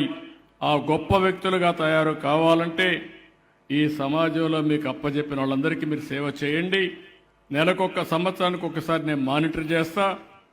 ఈరోజు మీ అందరికీ బాధ్యతలు అప్పచెప్తున్నా. అందుకే ఒక బుక్కే ఇచ్చి, లేకుంటే ఒక శాలువ కప్పి, మీకు ఒక నేను మెచ్చినటువంటి అరకు కాఫీ ఇస్తూ ఉంటాను అందరికీ. ఎందుకంటే అది కూడా ఒక గిరిజన ప్రాంతంలో పండించే పంట. నేనే ప్రారంభించా, పేరు కూడా నేనే పెట్టా. ఈరోజు ప్యారిస్లో, లండన్కి పోయినా మనకు అరకు కాఫీ కోసం ఎదురు చూస్తున్నారంటే, గుమగుమలాడుతూ ఉందంటే అది తెలుగుదేశం పార్టీ ఒకప్పుడు ప్రారంభించిన అరకు కాఫీ. అలాంటివి మనం ప్రపంచంలోనే బ్రాండ్లుగా తయారయ్యే పరిస్థితి వస్తుంది. ఇలాంటి మంచి కార్యక్రమం ఈరోజు ఒక సుదినం, ఒక మంచి సంకల్పం చేశారు మీరందరూ. నేను ఒకటే చెప్తున్నా, మీరు చేసిన పనికి మీకు కలిసి వస్తుంది. ఇప్పుడుండే బిజినెస్ 2 ఇంతలు పెరుగుతుంది. ఈ అందరి ఆశీస్సులు ఉంటాయి. అందరం కలిసి ఆనందమైన సమాజం. నా ఉద్దేశం ఒకటే, సంపద, ఆరోగ్యం, ఆనందం. ప్రతి ఒక్కరి దగ్గర డబ్బులు ఉండాలి. మా దగ్గరే ఉండాలి, పేదవాడి దగ్గర ఉండకూడదు అనుకుంటే అది కరెక్ట్ కాదు. రెండోది, అందరికీ ఆరోగ్యం ఉండాలి. దానికి కూడా నేను ఈ మధ్య ఆరోగ్య సూత్రాలు మాట్లాడుతున్నా, తక్కువ తిండి తినాలని. అది కాకుండా తినే తిండి కూడా న్యూట్రిషియస్ ఫుడ్ తినాలని. మూడోది, ఆనందంగా ఉండాలి. అవసరమైతే దేవుడికో దగ్గరికి, దేవాలయానికో చర్చికో పోయి, లేకుంటే మసీదుకు పోయి పూజలు చేస్తే దేవుని మీద భారం పడుతుంది, అనవసరమైన ఆలోచనలు పోతాయి, టెన్షన్ పోతుంది. ఈ 3 ఉండి ఈ సమాజం ఆనందంగా ఉంటే చూడాలని నా ఏకైక కోరిక. తప్పకుండా చేస్తా.